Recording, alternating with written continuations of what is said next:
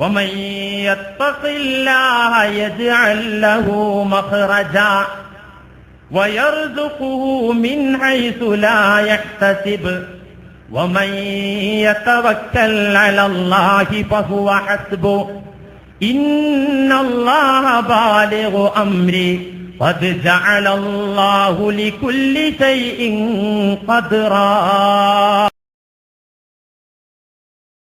അസ്സലാമു അലൈക്കും വറഹ്മത്തുള്ളാഹി വബറകാതുഹു. അല്ലാഹു സുബ്ഹാനഹു വ തആല അവന് ഇഷ്ടപ്പെട്ട പൊരുത്തമുള്ള സജ്ജനങ്ങളുടെ കൂട്ടത്തിൽ നമ്മളെ എല്ലാവരെയും ഉൾപ്പെടുത്തി അനുഗ്രഹിക്കുമാറാകട്ടെ. അല്ലാഹുവിലുള്ള വിശ്വാസം പൂർണ്ണമായ രീതിയിൽ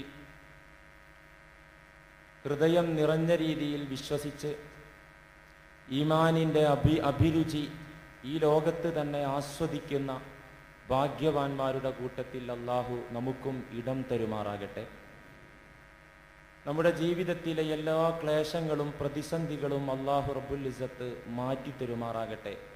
കുടുംബങ്ങളിലും കച്ചവടങ്ങളിലും തൊഴിലുകളിലും അല്ലാഹു അഭിവൃദ്ധി ബറക്കത്ത് നിറച്ചു തരുമാറാകട്ടെ. പ്രിയപ്പെട്ട സഹോദരന്മാരെ, കഴിഞ്ഞയാഴ്ചയോടുകൂടെ മുമ്പ് നാം സംസാരിച്ചു വന്നിരുന്ന വിഷയം അവസാനിച്ചു. ഇന്ന് ഇൻഷാ അല്ലാഹ് അമിത വ്യയവും പ്രത്യാഘാതങ്ങളും എന്ന വിഷയത്തെക്കുറിച്ച് സംസാരിക്കാനാണ് ഉദ്ദേശിക്കുന്നത്. ധൂർത്തും അതിൻ്റെ പിറകിൽ വരുന്ന ദുരന്തങ്ങളും. ഏത് വിഷയം സംസാരിക്കണമെന്നതിനെക്കുറിച്ച് ഓർത്തിരിക്കുമ്പോഴാണ് ഇനി ഏത് വിഷയം തുടങ്ങണമെന്നതിനെക്കുറിച്ച് ആലോചിച്ചു കൊണ്ടിരിക്കുന്നതിനിടയിലാണ് ചില കൂട്ടുകാർ, ചില സ്നേഹിതന്മാർ സാമ്പത്തിക തകർച്ച കാരണം നാടുവിട്ട കഥ കേൾക്കുന്നത്. മറ്റു ചിലർ റൂമിൽ വന്ന് ദുആ വസിയത്തുമായി റൂമിൽ വന്ന് പറഞ്ഞു, ഉസ്താദേ, എല്ലാം തകർന്ന് തരിപ്പണമായിരിക്കുന്നു, ഒരു പ്രതീക്ഷയുമില്ല, ആത്മഹത്യയുടെ വക്കിലാണ് ജീവിക്കുന്നത്, ഈമാൻ തകരുമല്ലോ എന്നോർത്തുകൊണ്ടാണ് ആത്മഹത്യ ചെയ്യാതെ ജീവിക്കാൻ തയ്യാറായിരിക്കുന്നത്, പ്രത്യേകം ദുആ ചെയ്യണം. ഈ രണ്ട് വിവരങ്ങളും കിട്ടിയപ്പോൾ വിഷയം പെട്ടെന്ന് എനിക്ക് ബോധ്യപ്പെട്ടു, ഏത് വിഷയാ പറയേണ്ടതെന്ന്.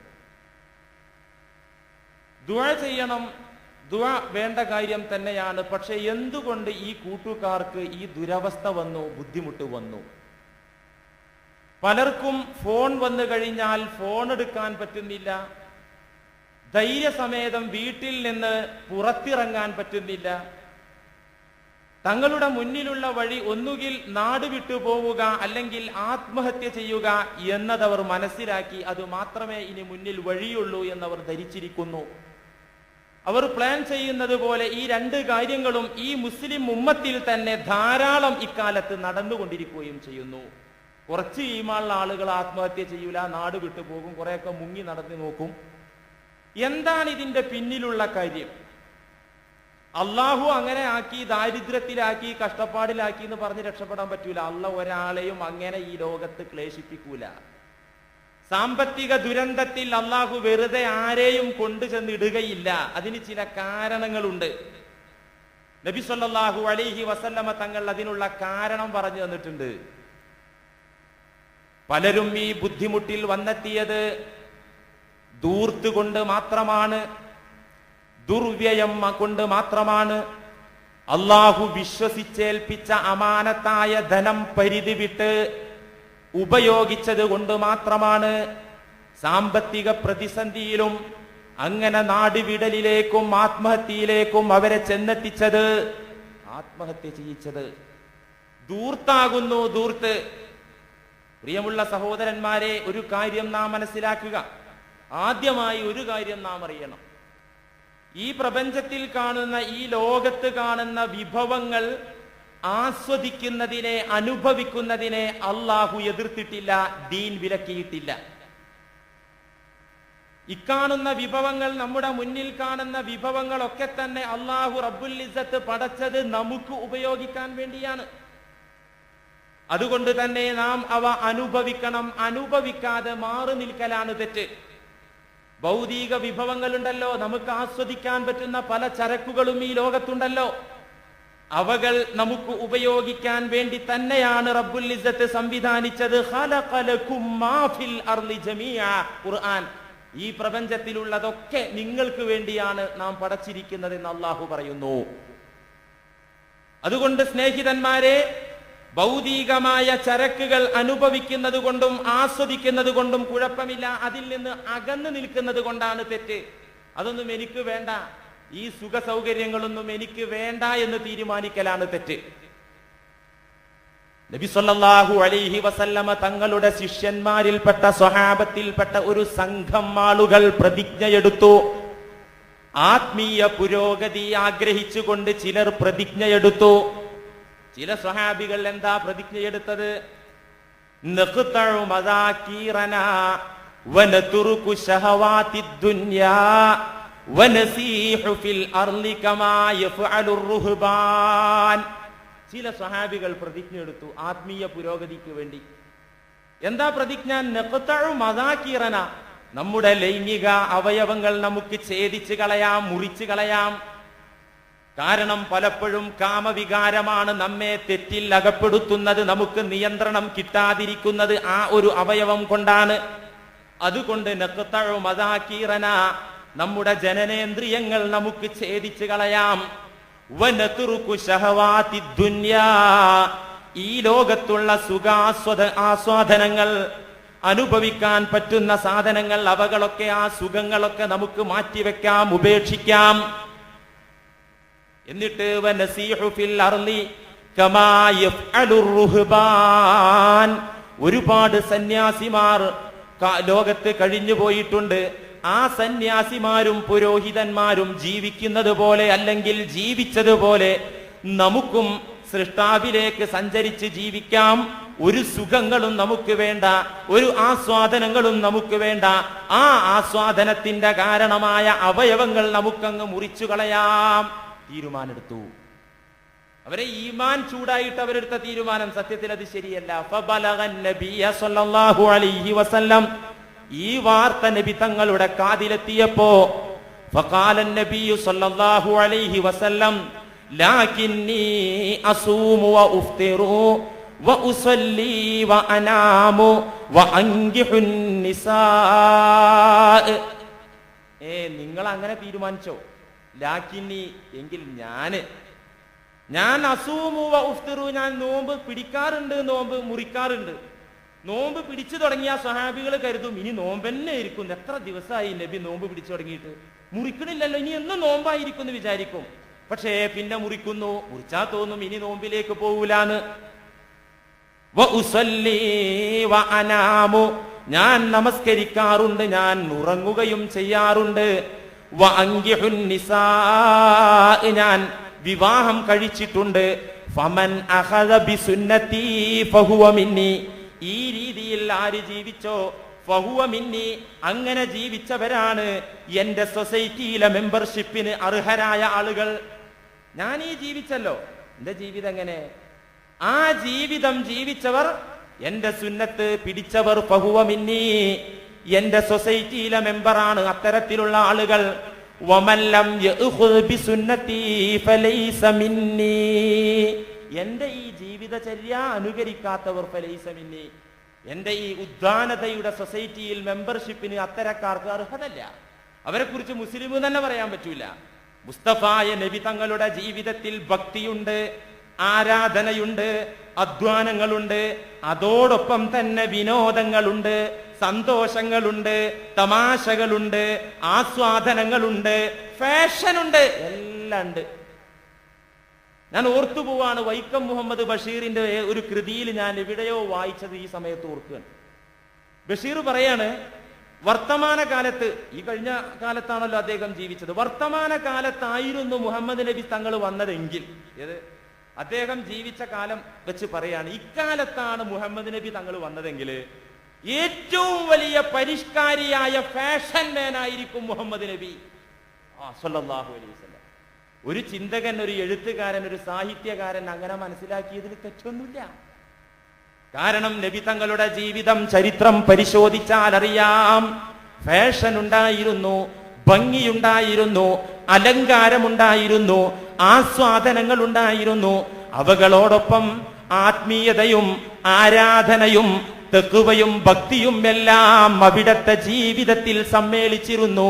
ഫമൻ അഖദ ബിസുന്നതി, ഈ സുന്നത്ത് പിന്തുടർന്നു പോരുന്നവരാണ് എന്റെ ദീനിൽ, പരിശുദ്ധ ദീനിൽ മെമ്പർഷിപ്പ് ഉള്ള ആളുകളെന്ന് നബി സല്ലല്ലാഹു അലൈഹി വസല്ലം പറഞ്ഞു. റവാഹു അഹ്മദ്, അഹ്മദ് തന്റെ ഗ്രന്ഥത്തിൽ, ഹദീസ് ഗ്രന്ഥത്തിൽ ഇത് രേഖപ്പെടുത്തിയിരിക്കുന്നു റഹ്മത്തുള്ളാഹി അലൈഹി.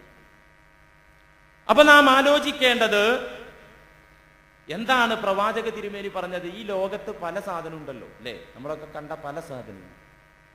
ഈ വസ്തുക്കളിൽ, ഭൗതിക ചരാചരങ്ങളിൽ എനിക്ക് ഏറ്റവും ഇഷ്ടപ്പെട്ടത്, എന്നിലേക്ക് ആകർഷിച്ചത് സലാസത്തുൻ ഹുബ്ബിബ ഇലയ്യ മിൻ ദുനിയാകും അത്വീബു വന്നിസാ വഖുറത്തു ഐനി ഫിസ്സലാ. നിങ്ങളെ ഈ ദുനിയാവെന്ന്, ഇത് ഹുബ്ബിബ ഇലയ്യ മിൻ ദുനിയാകും, നിങ്ങളെ ഈ ദുനിയാവിൽ നിന്ന് എന്നിലേക്ക് ആകർഷിച്ച സാധനങ്ങൾ 3 അതേതൊക്കെ 3? ആ 3 2 ഭൗതികമാണ്, 2 ഒന്നാണ് ദീനിയായ കാര്യം പറഞ്ഞത്. 2 ദുനിയാവിന്റെ കാര്യ. അത്വീബു വന്നിസാ, സുഗന്ധമാണ്, പെർഫ്യൂമാണ്. അതുകൊണ്ട് സുഗന്ധം ആരെങ്കിലും തന്നാൽ നിരസിക്കരുത് എന്ന് മഹാന്മാർ ഈ ഹദീസിന്റെ വെളിച്ചത്തിൽ പറഞ്ഞു. ആരെങ്കിലും അത്തറ് തന്നാൽ എനിക്ക് വേണ്ടാന്ന് പറയരുത്, കാരണം നബി സല്ലല്ലാഹു അലൈഹി വസല്ലം തങ്ങൾക്ക് ഇഷ്ടമുള്ള സംഗതിയാണ്. ചില വലിയ മഹാന്മാർക്കൊന്നും ഈ സ്വതക്ക ചെയ്താല്, ഗിഫ്റ്റ് കൊടുത്താൽ സ്വീകരിക്കാത്ത ചില ആലിമീങ്ങളും നല്ല മനുഷ്യന്മാരൊക്കെ ഉണ്ട്. അപ്പൊ ശിഷ്യന്മാര് പൈസ കൊടുക്കാനും എന്തെങ്കിലും സഹായിക്കാനും പ്രസന്റേഷൻ കൊടുക്കാനൊക്കെ കൊതിക്കുമ്പോ പൈസ ഉസ്താദ് മേടിക്കൂല. എന്താ നമുക്ക് നല്ല അത്തറ് മേടിക്കുക, അത് ഉസ്താദ് മേടിക്കാതിരിക്കൂല, അവർക്കറിയാം, കാരണം ആ ഉസ്താദ് പഠിപ്പിച്ചു കൊടുത്തിട്ടുണ്ട്, നിരസിക്കരുത്.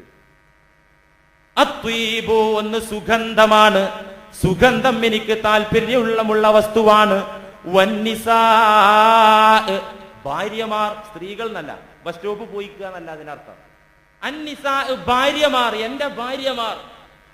മൂന്നാമതായി പറഞ്ഞത് വഖുറത്തു ഐനി ഫിസ്സലാ, നമസ്കാരത്തിലുള്ള എന്റെ ആനന്ദം, നിസ്കരിക്കുമ്പോ ഉണ്ടാകുന്ന സായുജ്യം. അള്ളാഹുവുമായി സംഭാഷണത്തില് ഇപ്പോ കാമുകിയോട് സംസാരിക്കുമ്പോ എന്ത് ഹര. ചിലരൊന്നും മൊബൈൽ ഫോൺ ചെവിടത്ത് വെച്ച 1/2 മണിക്കൂർ കഴിഞ്ഞാലും ചെവി ചൂടായാലും അറിയില്ല, കാരണം അത്ര ആനന്ദ അല്ലേ. ഏറ്റവും വലിയ പ്രേമഭാചനമായ അള്ളാഹുവിനോട് സംസാരിക്കുമ്പോ ഖുർറത്തു ഐനി ഫിസ്സലാ, നമസ്കാരത്തിലുണ്ടാകുന്ന എനിക്കുണ്ടാകുന്ന ആനന്ദം. ഇത് 3 ഈ ദുനിയാവിൽ എനിക്ക് ഏറ്റവും ഇഷ്ടമുള്ളത്. നിങ്ങൾ ആലോചിച്ച് നോക്കൂ, ആദ്യം പറഞ്ഞ 2 സാധനം ദുനിയാവിലെ ചരക്ക അല്ലേ. അപ്പൊ ആസ്വാദനങ്ങളാകാം, നമുക്ക് അനുഭവിക്കാം, അതിന് തെറ്റില്ല. പക്ഷേ പരിധി വിടരുത് എന്ന് മാത്രം. യാ അയ്യുഹല്ലദീന ആമനൂ ലാ തുഹർരിമൂ ത്വയ്യിബാതി മാ അഹല്ലല്ലാഹു ലക്കും, ലാ തുഹർരിമൂ ത്വയ്യിബാതി മാ അഹല്ലല്ലാഹു ലക്കും വലാ തഅ്തദൂ ഇന്നല്ലാഹ ലാ യുഹിബ്ബുൽ മുഅ്തദീൻ. സൂറത്ത് മാഇദയുടെ 87-ാമത്തെ വചനം. എന്താണ് ആയത്തിൽ പറഞ്ഞത്? യാ അയ്യുഹല്ലദീന ആമനൂ, വിശ്വസിച്ച കൂട്ടരെ, ലാ തുഹർരിമൂ ത്വയ്യിബാതി മാ അഹല്ലല്ലാഹു ലക്കും, അല്ലാഹു നിങ്ങൾക്ക് അനുവദിച്ചു തന്ന സുഖ ആസ്വാദനങ്ങൾ, നിങ്ങൾക്ക് അനുഭവിക്കാനുള്ള ഭൗതിക ചരക്കുകൾ, നല്ലതായ വിഭവങ്ങൾ നിങ്ങൾ ഒരിക്കലും തന്നെ നിങ്ങൾ നിഷിദ്ധമാക്കരുത്, അത് വേണ്ടെന്ന് വെക്കരുത്, നിങ്ങളത് ഒഴിവാക്കരുത്. അല്ലാഹ് നിങ്ങൾക്ക് വേണ്ടി ഒരുക്കിയ ആസ്വാദന വസ്തുക്കൾ നിങ്ങൾ വേണ്ടെന്ന് വെക്കരുത്. എന്നാൽ അതോടൊപ്പം അല്ലാഹ് പറഞ്ഞു വലാ തഅ്തദൂ ഇന്നല്ലാഹ ലാ യുഹിബ്ബുൽ മുഅ്തദീൻ. എന്നാൽ പരിധി വിടുകയും അരുത്. നിശ്ചയം അല്ലാഹു പരിധി ലംഘിക്കുന്നവരോട് ഇഷ്ടം വെക്കുകയില്ല. പരിധി വിടരുത് എന്ന് പറഞ്ഞാൽ അള്ളാഹ് അനുവദിച്ചിരിക്കുന്ന സംഗതികൾ വേണ്ടെന്ന് വെച്ച് പരിധി വിടുക, ഹലാലാക്കിയത് ഹറാമാക്കി പ്രഖ്യാപിച്ച് പരിധി വിടുക, അല്ലെങ്കിലോ ഹറാമാക്കിയതിനെ ഹലാലാക്കി പരിധി വിടുക, അങ്ങോട്ടും ഇങ്ങോട്ടും. അതിന് പറ്റിയ ഭാഷയാണ് അള്ളാഹ് പറഞ്ഞത് വലാ തഅ്തദു, പരിധി നിങ്ങൾ ലംഘിക്കരുത്. ഇന്നല്ലാഹ ലാ യുഹിബ്ബുൽ മുഅ്തദീൻ. ഈ വചനം ഇറങ്ങാൻ എന്തേ കാരണം എന്നറിയോ? എന്തേ ഈ ആയത്ത്, ഓരോ ആയത്തിറങ്ങാനും ഒരു സബബുൻ നുസൂലുണ്ട്. അവസരോചിതമായി 23 വർഷം കൊണ്ടാണല്ലോ ബഹുമാനപ്പെട്ട ഖുർആൻ ശരീഫ് അവതീർണമായത്. എന്തേ ഈ ആയത്തിറങ്ങാൻ കാരണം? ഇബ്നു കസീറിൽ കാണാമൻ ഇബ്നു അബ്ബാസ് റളിയല്ലാഹു അൻഹുമാ, സ്വഹാബിയായ ഇബ്നു അബ്ബാസ് തങ്ങൾ പറയാണ്, അന്ന റജുലൻ അത്തൻ നബിയ സ്വല്ലല്ലാഹു അലൈഹി വസല്ലം, ഒരു മനുഷ്യൻ, ഒരു സഹാബി നബിയുടെ അരികിൽ വന്നിട്ട് ഫഖാല യാ റസൂലല്ലാഹ്, നബിയുടെ ചാരത്ത് വന്ന് നബിയുടെ മുഖത്ത് നോക്കി പറഞ്ഞു, നബിയേ, ഇന്നി ഇദാ അകൽതു മിൻ ഹാദൽ ലഹ്മി, ഇറച്ചി ഭക്ഷണം ഞാൻ കഴിച്ചാൽ, മാംസാഹാരങ്ങൾ ഞാൻ കഴിച്ചാൽ, ഇൻദശർതു ലിന്നിസാ, എനിക്ക് അപ്പ പെണ്ണുങ്ങളെ കിട്ടേണ്ടി വരും നബിയെ. കാമവികാരം തലപൊക്കും. എന്നിലെ വികാരത്തെ ആ മാംസാഹാരം ഉദ്ദീപിപ്പിക്കും. അതുകൊണ്ട് നബിയെ, ഇന്നി ഹറംതു അലയ്യൽ ലഹ്മാ, ഞാൻ ഇറച്ചി വേണ്ടാന്ന് വെക്കുക, ഞാൻ ഹറാമാക്കുക. എന്റെ സ്വന്തത്തിന്റെ കാര്യത്തില് ഇറച്ചി ഹറാമാക്കുക നബി, ഇനി ഞാൻ ഇറച്ചി കഴിക്കൂല. പലപ്പോഴും എന്നെ പിടിക്കാൻ കിട്ടാത്തത് ഈ ഒരു മേഖലയിലാണ്. അതുകൊണ്ട് ഇനി ഇറച്ചി ഞാൻ കഴിക്കൂല, ഞാൻ ഹറാമാക്കിയിട്ടുണ്ട്. അപ്പൊ ഇറങ്ങി, യാ അയ്യുഹല്ലദീന ആമനൂ, ഈമാനുള്ള കൂട്ടരെ, ലാ തുഹർരിമൂ ത്വയ്യിബാതി മാ അഹല്ലല്ലാഹു ലക്കും, അല്ലാഹ് നിങ്ങൾക്ക് അനുവദിച്ച നല്ല സംഗതികൾ നിങ്ങൾ ഹറാമാക്കരുത്. ഇറച്ചി നിങ്ങൾക്ക് അല്ലാഹു അനുവദിച്ചതാണ്.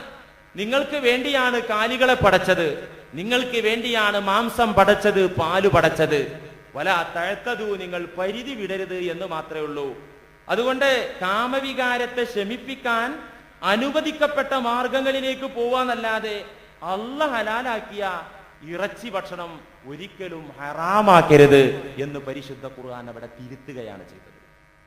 അപ്പൊ നമുക്ക് അനുഭവിക്കാൻ വേണ്ടി അല്ലാഹ് തന്നത്. പക്ഷെ പരിധി വിടരുത്. 100 രൂപ വരുമാനമുള്ള നമ്മിൽപ്പെട്ട ഒരാൾ 500 രൂപ ചെലവാക്കരുത്. അങ്ങനെയാണ് ഇവിടത്തെ ശൈലി. എന്റെ നാട്ടിൽ അങ്ങനെയല്ല. എന്റെ നാട്ടിൽ എങ്ങനെയാന്ന് വെച്ചാൽ, കുറച്ചാളുകൾ ഗൾഫിൽ ഒരു 10-20 വർഷം വിദേശത്ത് ജോലി ചെയ്ത് കിട്ടിയ സമ്പാദ്യം കൊണ്ട് വലിയൊരു കൊട്ടാരം ഉണ്ടാക്കുന്ന ചില വിഡ്ഢികൾ മലബാറിലൊക്കെ ഉണ്ട്. എന്നാലും ഇവിടത്തെയും അവിടത്തെയും ജീവിതശൈലി 5 കൊല്ലമായാലും നിങ്ങളുടെ കൂട്ടത്തിൽ ഞാൻ ജീവിക്കുന്നു അല്ലേ? അപ്പൊ കുറെ മനസ്സിലാക്കാൻ പറ്റിയിട്ടുണ്ട്. ഇവിടെ 100 രൂപ കിട്ടിയാൽ 150 രൂപ ചെലവാക്കും. നേരെ മറിച്ച് വടക്കൻ ഭാഗങ്ങളിൽ അങ്ങനെയല്ല. 100 രൂപ ഉണ്ടെങ്കിൽ 50 ചെലവാക്കുള്ളൂ. പിന്നെ ഇക്കാക്ക് അത് പൂഴ്ത്തി വെക്കും, ആർക്കും കൊടുക്കൂല്ല. ഇപ്പൊ അങ്ങനെ നല്ല ആളുകളാണെന്നൊന്നും ഇപ്പൊ ഞാൻ പറയുന്നില്ല അല്ലേ. 1 ലക്ഷം രൂപ കയ്യിലുണ്ടെങ്കിൽ 10 ലക്ഷം രൂപയുടെ ബിസിനസ് ചെയ്യും ഇവിടെയുള്ള ആളുകൾ. 9 ലക്ഷം രൂപയും ബാങ്കിൽ നിന്നെടുത്ത വായ്പ അല്ലെ, ബാങ്കിൽ നിന്ന് കടമെടുത്ത് 10 ലക്ഷം രൂപയുടെ ബിസിനസ് ചെയ്യും. കയ്യിലുള്ളത് എത്ര? 1 ലക്ഷം രൂപ. വീടിന്റെ ആധാരം ബാങ്കിൽ പണയം വെച്ച് കച്ചവടം തുടങ്ങും. കച്ചവടം അവന്റെ ഭാഗ്യദോഷ അല്ലെങ്കിൽ അള്ളാന്റെ വിധി, അതിലൂടെ ആ കച്ചവടം തകർന്ന് തരിപ്പണമാകുന്നു. പിന്നെ ബാങ്കിലെ കടം തിരിച്ചടക്കാൻ നിർവാഹമില്ല. കുറെ നാളുകളായി ബാങ്കിൽ പണം തിരിച്ചു ചെല്ലാത്തത് കാണാത്തപ്പോ ബാങ്ക് ജീവനക്കാർ ഈ ആധാരത്തിൽ പറഞ്ഞിരിക്കുന്ന വീട് അന്വേഷിച്ച് അവന്റെ വീട്ടിലേക്ക് വന്നപ്പോഴാണ് പുതിയ ഒരു വാർത്ത അറിഞ്ഞത്. എന്തേ? ആ വീട് വേറൊരാൾക്ക് വിറ്റിട്ടുണ്ട്. വിറ്റപ്പോ 75% പൈസ മേടിച്ചിട്ടുണ്ട്. 25% ആധാരം ചെയ്യുന്ന സമയത്തേക്ക് നീക്കി വെച്ചിട്ടുള്ളൂ. ബാങ്കുകാരൻ വന്നു നോക്കുമ്പോ അവന്റെ വീട് വിറ്റിട്ടുണ്ട്. 3/4 ഭാഗം പൈസയും എന്തായിട്ടുണ്ട്? കൈപ്പറ്റിയിട്ടുണ്ട് വീട്ടുകാരൻ. 25% ആധാരം ചെയ്യുമ്പോ തരാം. ആധാരം ചെയ്യാൻ പറ്റൂലല്ലോ, അത് ബാങ്കിലാണല്ലോ ഉള്ളത്. ബാങ്കുകാരൻ കുറുക്കൻ ആമട്ടിയെ പോലെ എന്ന് നമ്മുടെ നാട്ടിലൊരു ചൊല്ലുണ്ട്. ഇതുപോലെ ബാങ്കുകാരനും ഇവനും തമ്മിൽ എന്തായി? പ്രശ്നമായി. മറ്റവൻ ഉടമസ്ഥൻ, ഈ കടം മേടിച്ചവൻ സമർത്ഥമായിട്ട് അങ്ങോട്ട് മുങ്ങി. മുസ്ലിയാർ ആദർശം പറഞ്ഞിട്ട് എന്താ കാര്യം? ഞങ്ങളെ ബുദ്ധിമുട്ട് മുസ്ലിയാർക്ക് അറിയോ?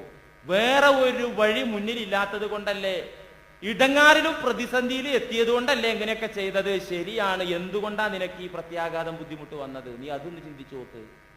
എന്തുകൊണ്ടാ വന്നത്? നിന്റെ ഭാര്യയ്ക്കും മക്കൾക്കും നീ അന്നം കൊടുത്ത കാരണത്താലാണോ ഇത് വന്നത്? ആണോ? നിന്റെ കുടുംബത്തിന് ചികിത്സാ ചെലവിന് ആവശ്യമായ പണം ചിലവഴിച്ചിട്ടാണോ ഈ രീതിയിൽ നീ ബുദ്ധിമുട്ടിയത്? അല്ല. നിന്റെ പരിധി വിട്ട് നീ കളിച്ചു. നിന്റെ കയ്യിൽ 1 ലക്ഷം രൂപ ഉണ്ടെങ്കിൽ നീ ആ 1 ലക്ഷത്തിന് കച്ചവടം ചെയ്താൽ മതി. ഇസ്ലാം അതാ പറയുന്നത്. കടം വാങ്ങിച്ചിട്ട് നിന്നോട് കച്ചവടം ചെയ്യാൻ അള്ളാഹുവും റസൂലും പറയുന്നില്ല, നിർദ്ദേശിക്കുന്നില്ല. നിന്റെ കയ്യിലുള്ള മൂലധനം എത്രയാണോ അതുകൊണ്ടാണ് നീ കച്ചവടം ചെയ്യേണ്ടത്. ധൂർത്ത് പാടില്ല, അത് തെറ്റാകുന്നു. പിശുക്കിനെ എതിർത്ത ഖുർആൻ, ലുബ്ധതയെ എതിർത്ത ഖുർആൻ ധൂർത്തിനെതിരെ ആഞ്ഞടിച്ചിരിക്കുന്നു. അല്ലേ? പരിശുദ്ധ ദീൻ നീതിയുടെ പ്രത്യയ ശാസ്ത്രമാണ്. യാ ബനീ ആദമ ഖുദൂ സീനതകും ഇൻദ കുല്ലി മസ്ജിദ്. ആദം സന്തതികളെ, മനുഷ്യവർഗമേ, നിങ്ങൾ മൊഞ്ചായി വരണം. ആരാധനാലയങ്ങളിലേക്ക് ആരാധനാ സമയത്ത് നിങ്ങൾ മൊഞ്ചാകണം.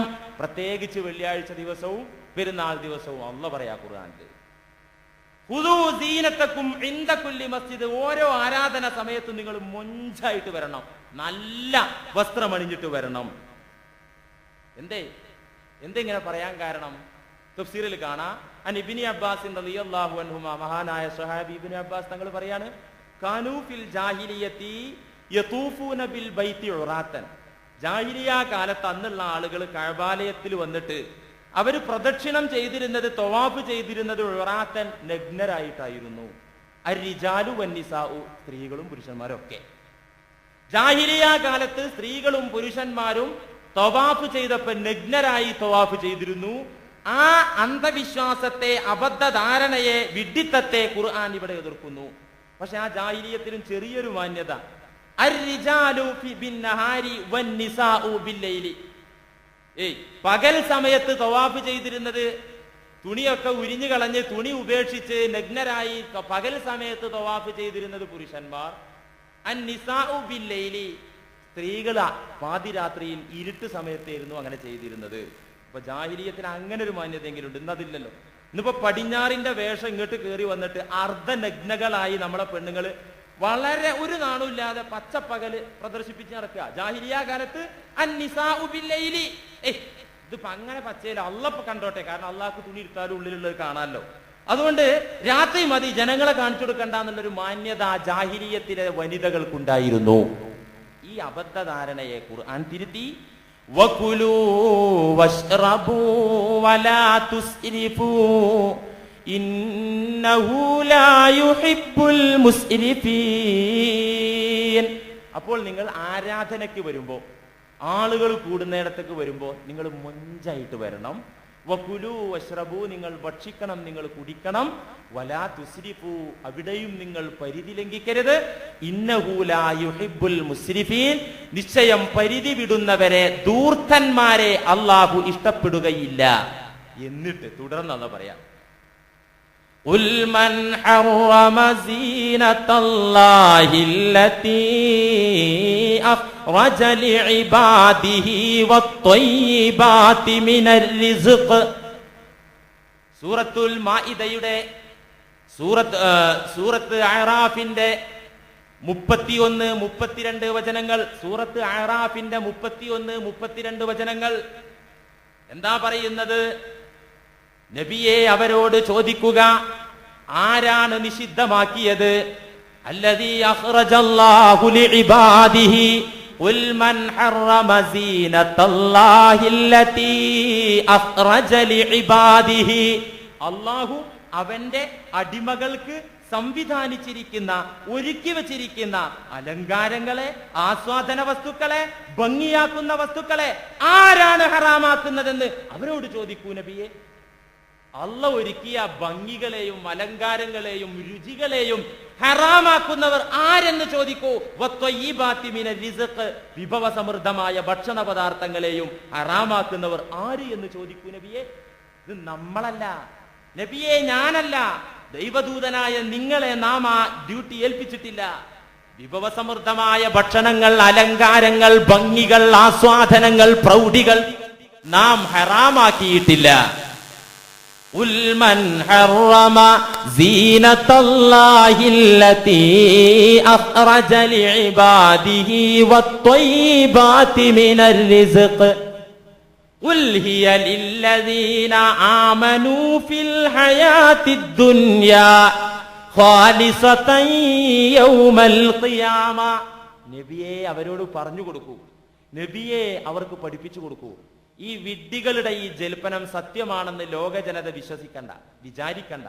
വിഡ്ഢികൾ പറഞ്ഞു അലങ്കാരമൊന്നും പാടില്ല, ആസ്വാദനം പാടില്ല, സുഖിക്കാനുള്ളതല്ല ഈ ഭൂമി എന്നല്ല പറഞ്ഞിട്ടുണ്ട്, അതുകൊണ്ട് ഈ വിഭവങ്ങളൊന്നും ആസ്വദിക്കരുത് എന്ന് വിഡ്ഢികൾ പറഞ്ഞിട്ടുണ്ട്. നബിയെ തിരുത്തുക. ഖുൽ ഹിയ ലില്ലദീന ആമനൂ ഫിൽ ഹയാത്തിദ് ദുനിയാ ഖാലിസതൻ യൗമൽ ഖിയാമ. ഖുൽ നബിയെ അവർക്ക് പറഞ്ഞു കൊടുക്കുക, ഹിയ ലില്ലദീന ആമനൂ ഫിൽ ഹയാത്തിദ് ദുനിയാ, ഈ ഭൗതിക വിഭവങ്ങൾ, ഈ ലോകത്തെ വിഭവങ്ങൾ, അലങ്കാരങ്ങൾ, ലില്ലദീന ആമനൂ ഫിൽ ഹയാത്തിദ് ദുനിയാ, ഈ ലോകത്ത് വിശ്വാസികൾക്കുള്ളതാ. പിന്നെ അവിശ്വാസികൾ, ഈ വിശ്വാസികൾക്ക് അള്ള ഒരുക്കി വെച്ചപ്പോ വന്നത് അനുഭവിക്കുന്നു എന്ന് മാത്രം. ഹോട്ടലിൽ ഭക്ഷണം ഉണ്ടാക്കുന്നത് അവിടെ കച്ചവടം ചെയ്യാനും വരുന്നവർക്ക് ഷാപ്പിടാനുമാണ്, പട്ടിക്കും പൂച്ചക്കും അല്ല. പക്ഷെ പട്ടിയും പൂച്ചയും അവിടെ 2ാം നമ്പറായിട്ട് വന്ന് തിന്നും. ഇതുപോലെ ഖുൽ ഹിയ ലില്ലദീന ആമനൂ ഫിൽ ഹയാത്തിദ് ദുനിയാ, ഈ ഭൗതിക വിഭവങ്ങളൊക്കെ അള്ള സംവിധാനിച്ചത്, ഒരുക്കിയത് ലില്ലദീന ആമനൂ ഫിൽ ഹയാത്തിദ് ദുനിയാ, ഈ ലോകത്ത് ഈമാനുള്ള ആളുകൾക്ക് ഉപയോഗിക്കാനാ. എന്നാൽ മറ്റുള്ളവര് ബിത്തബ ആയിട്ട് വന്നത് ഉപയോഗിക്കും. ഖാലിസതൻ യൗമൽ ഖിയാമ, ഖിയാമത്ത് നാളിൽ ഈ വിഭവങ്ങളെല്ലാം സത്യവിശ്വാസികൾക്ക് മാത്രമായിരിക്കും. ഖിയാമത്ത് നാളിൽ ഖാലിസതൻ യൗമൽ ഖിയാമ, അന്ത്യദിനത്തില് അത് വിശ്വാസികൾക്ക് മാത്രമായിരിക്കും, അവിടെ മറ്റവർക്ക് കിട്ടൂല. കദാലിക നുഫസ്സിലുൽ ആയാതി ലിഖൗമി യഅലമൂൻ, ഇவ்விധം നമ്മുടെ വചനങ്ങൾ അറിവുള്ള ജനതക്ക് നാം പഠിപ്പിച്ചു കൊടുക്കുമെന്ന് പരിശുദ്ധ ഖുർആൻ. ഈ വിവരിച്ചത് പ്രകാരം അറിവുള്ള, ബോധമുള്ള ജനതക്ക് അള്ളാഹുവിന്റെ സന്ദേശങ്ങൾ പഠിപ്പിച്ചു കൊടുക്കുന്നതാണെന്ന് പരിശുദ്ധ ഖുർആൻ. ഈ പറഞ്ഞതിൽ നിന്ന് എന്ത് മനസ്സിലായി? അല്ല, മനസ്സിലാക്കാൻ വേണ്ടി അപ്പൊ ഇത് പറയുന്നു. എന്താ മനസ്സിലായത്? ഈ ലോകത്ത് നാം കാണുന്ന ഭക്ഷണ പദാർത്ഥങ്ങൾ, വസ്ത്രങ്ങൾ, വാഹനങ്ങൾ, അവ എത്ര വില കൂടിയതാണെങ്കിലും നിരുപാധികം മൊത്തത്തിൽ അവ ഹറാമാണെന്ന് പറഞ്ഞുകൂടാ. ചില ആളുകൾ അങ്ങനെ പറയുന്നുണ്ട്. ലക്ഷങ്ങളുടെ വീടോ ലക്ഷങ്ങളുടെ വാഹനമോ ഹറാം, ഇസ്രാഫ് എന്ന് വിവരമില്ലാതെ ചില ആളുകൾ പറയാറുണ്ട്. അങ്ങനെ പറഞ്ഞുകൂടാ. ലക്ഷങ്ങളുടെ വാഹനം ആർക്കു വേണ്ടി അള്ള പഠിച്ചത്? ആർക്കു വേണ്ടിയാ? ലക്ഷങ്ങളുടെ വീട് ആർക്കു വേണ്ടിയാ? അള്ള പടക്കാതെ നമുക്ക് ഉണ്ടാക്കാൻ പറ്റുമോ? ഇത് ആർക്ക് വേണ്ടിയാ? ഇതൊക്കെ അള്ളാഹു വിശ്വാസികൾക്ക് വേണ്ടി കൊടുത്ത തന്നെയാണ്. പക്ഷേ പരിധി വിടരുത് എന്ന് മാത്രം. എപ്പോഴാ പരിധി വിടൽ? ഇസ്രാഫ് എപ്പോഴാ? ഇസ്രാഫ് അള്ള വിലക്കിയതിൽ ആ തുസിരിപ്പൂ, നിങ്ങൾ പരിധി ലംഘിക്കരുത്. എത്ര പരിധി? അതൊരു ചോദ്യമല്ലോ. എത്രയാ പരിധി? വാഹനത്തിന്റെ വിഷയത്തിലും വീടിന്റെ വിഷയത്തിലും വസ്ത്രത്തിന്റെ വിഷയത്തിലൊക്കെ പരിധി ഏതാ? ഇസ്രാഫിന്റെ മാനദണ്ഡം ഏതാ? അത് നല്ലൊരു ചോദ്യമാണ്. നിങ്ങൾ ആ ചോദ്യത്തിന് ഉത്തരം കണ്ടെത്തണം. വ്യക്തിയെയും അവന്റെ അവസ്ഥയെയും നോക്കിയിട്ടാണ് ധൂർത്ത് തീരുമാനിക്കുക. കർമ്മശാസ്ത്ര പണ്ഡിതന്മാർ പറഞ്ഞു ഇസ്രാഫ് തീരുമാനിക്കേണ്ടത് ഉറുഫിലേക്ക് നോക്കിയിട്ടാണ്. ഉറുഫ് എന്താ? ഉറുഫ് നാട്, കാലം, വ്യക്തി, അവന്റെ സാഹചര്യം. നാട്, സമയം, വ്യക്തി, അവന്റെ സാഹചര്യം, ഈ 4ഉം പരിഗണിച്ചിട്ടാണ് ഇത് ധൂർത്തായോ ധൂർത്തായില്ലേ എന്ന് തീരുമാനിക്കാൻ പറ്റുള്ളൂ. അപ്പൊ ഒരു 30 ലക്ഷം രൂപയുള്ള ഒരു ബെൻസ് കാറ്, ഉദാഹരണം പറയാം, എനിക്ക് ബെൻസിന്റെ വില ഒന്നും അറിയില്ല. 30 ലക്ഷം രൂപയുള്ള ഒരു ബെൻസ് കാറ് ഹറാം, അത് പാടില്ല എന്ന് പറയാൻ പാടില്ല. കാരണം എന്താ? വിശ്വാസികളിൽപ്പെട്ട ഒരു വലിയ ബിസിനസ്സുകാരൻ, നീണ്ട യാത്രകൾ ചെയ്യേണ്ടി വരുന്ന ബിസിനസ്സുകാരന് പ്ലെയിനിലും സഞ്ചരിക്കേണ്ടി വരും, ബെൻസിലും സഞ്ചരിക്കേണ്ടി വരും.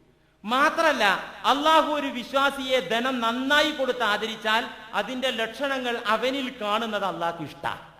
അള്ള കോടികൾ കൊടുത്തു, ഇക്കാക്ക ഓട്ടോറിക്ഷയിലെ യാത്ര ചെയ്യുള്ളൂ എന്ന് പറഞ്ഞാൽ അള്ളാഹ്ക്ക് അത് അത്ര ഇഷ്ടമുള്ള കാര്യമൊന്നുമല്ല. ഹദീസിൽ കാണാ, ഇന്നല്ലാഹ യുഹിബ്ബു അൻ യറാ അസറ നിഅമതിഹി അലാ അബ്ദിഹി. ഇന്നല്ലാഹ, നിശ്ചയം പടച്ചവൻ, യുഹിബ്ബു, അവൻ ഇഷ്ടപ്പെടുന്നുണ്ട്, അൻ യറാ, കാണൽ, അസറ നിഅമതിഹി അലാ അബ്ദിഹി, അവൻ ചെയ്തു കൊടുത്ത അനുഗ്രഹത്തിന്റെ ലക്ഷണങ്ങൾ, പ്രകടനങ്ങൾ കാണുന്നത് അള്ളാഹ്ക്ക് ഇഷ്ടാണ്. അള്ളാഹു സാമ്പത്തികമായി ഒരാൾക്ക് അഭിവൃദ്ധി കൊടുത്താൽ അതിനനുസരിച്ചുള്ള വേഷവിധാനവും വാഹനമൊക്കെ ഉപയോഗിക്കുന്നത്, കാണുന്നത് അള്ളാഹുവിന് ഇഷ്ടമാകുന്നു എന്ന് മുഹമ്മദ് നബി സല്ലല്ലാഹു അലൈഹി വസല്ലം. അപ്പൊ അതാകാം. അപ്പോ ബെൻസ് കാർ വാങ്ങിക്കാം. ഒരു സമ്പന്നനായ ആൾക്ക് അത്രയും നീണ്ട യാത്ര, നടുവേദനക്ക് രാവിലെ തിരുവനന്തപുരത്ത്, വൈകുന്നേരം മംഗലാപുരത്ത്, ഇങ്ങനെ യാത്ര ചെയ്യാം. പിറ്റേ ദിവസം ബാംഗ്ലൂർ, എപ്പോഴും ഫ്ലൈറ്റ് കിട്ടൂല. അപ്പൊ ബെൻസ് ആകാം.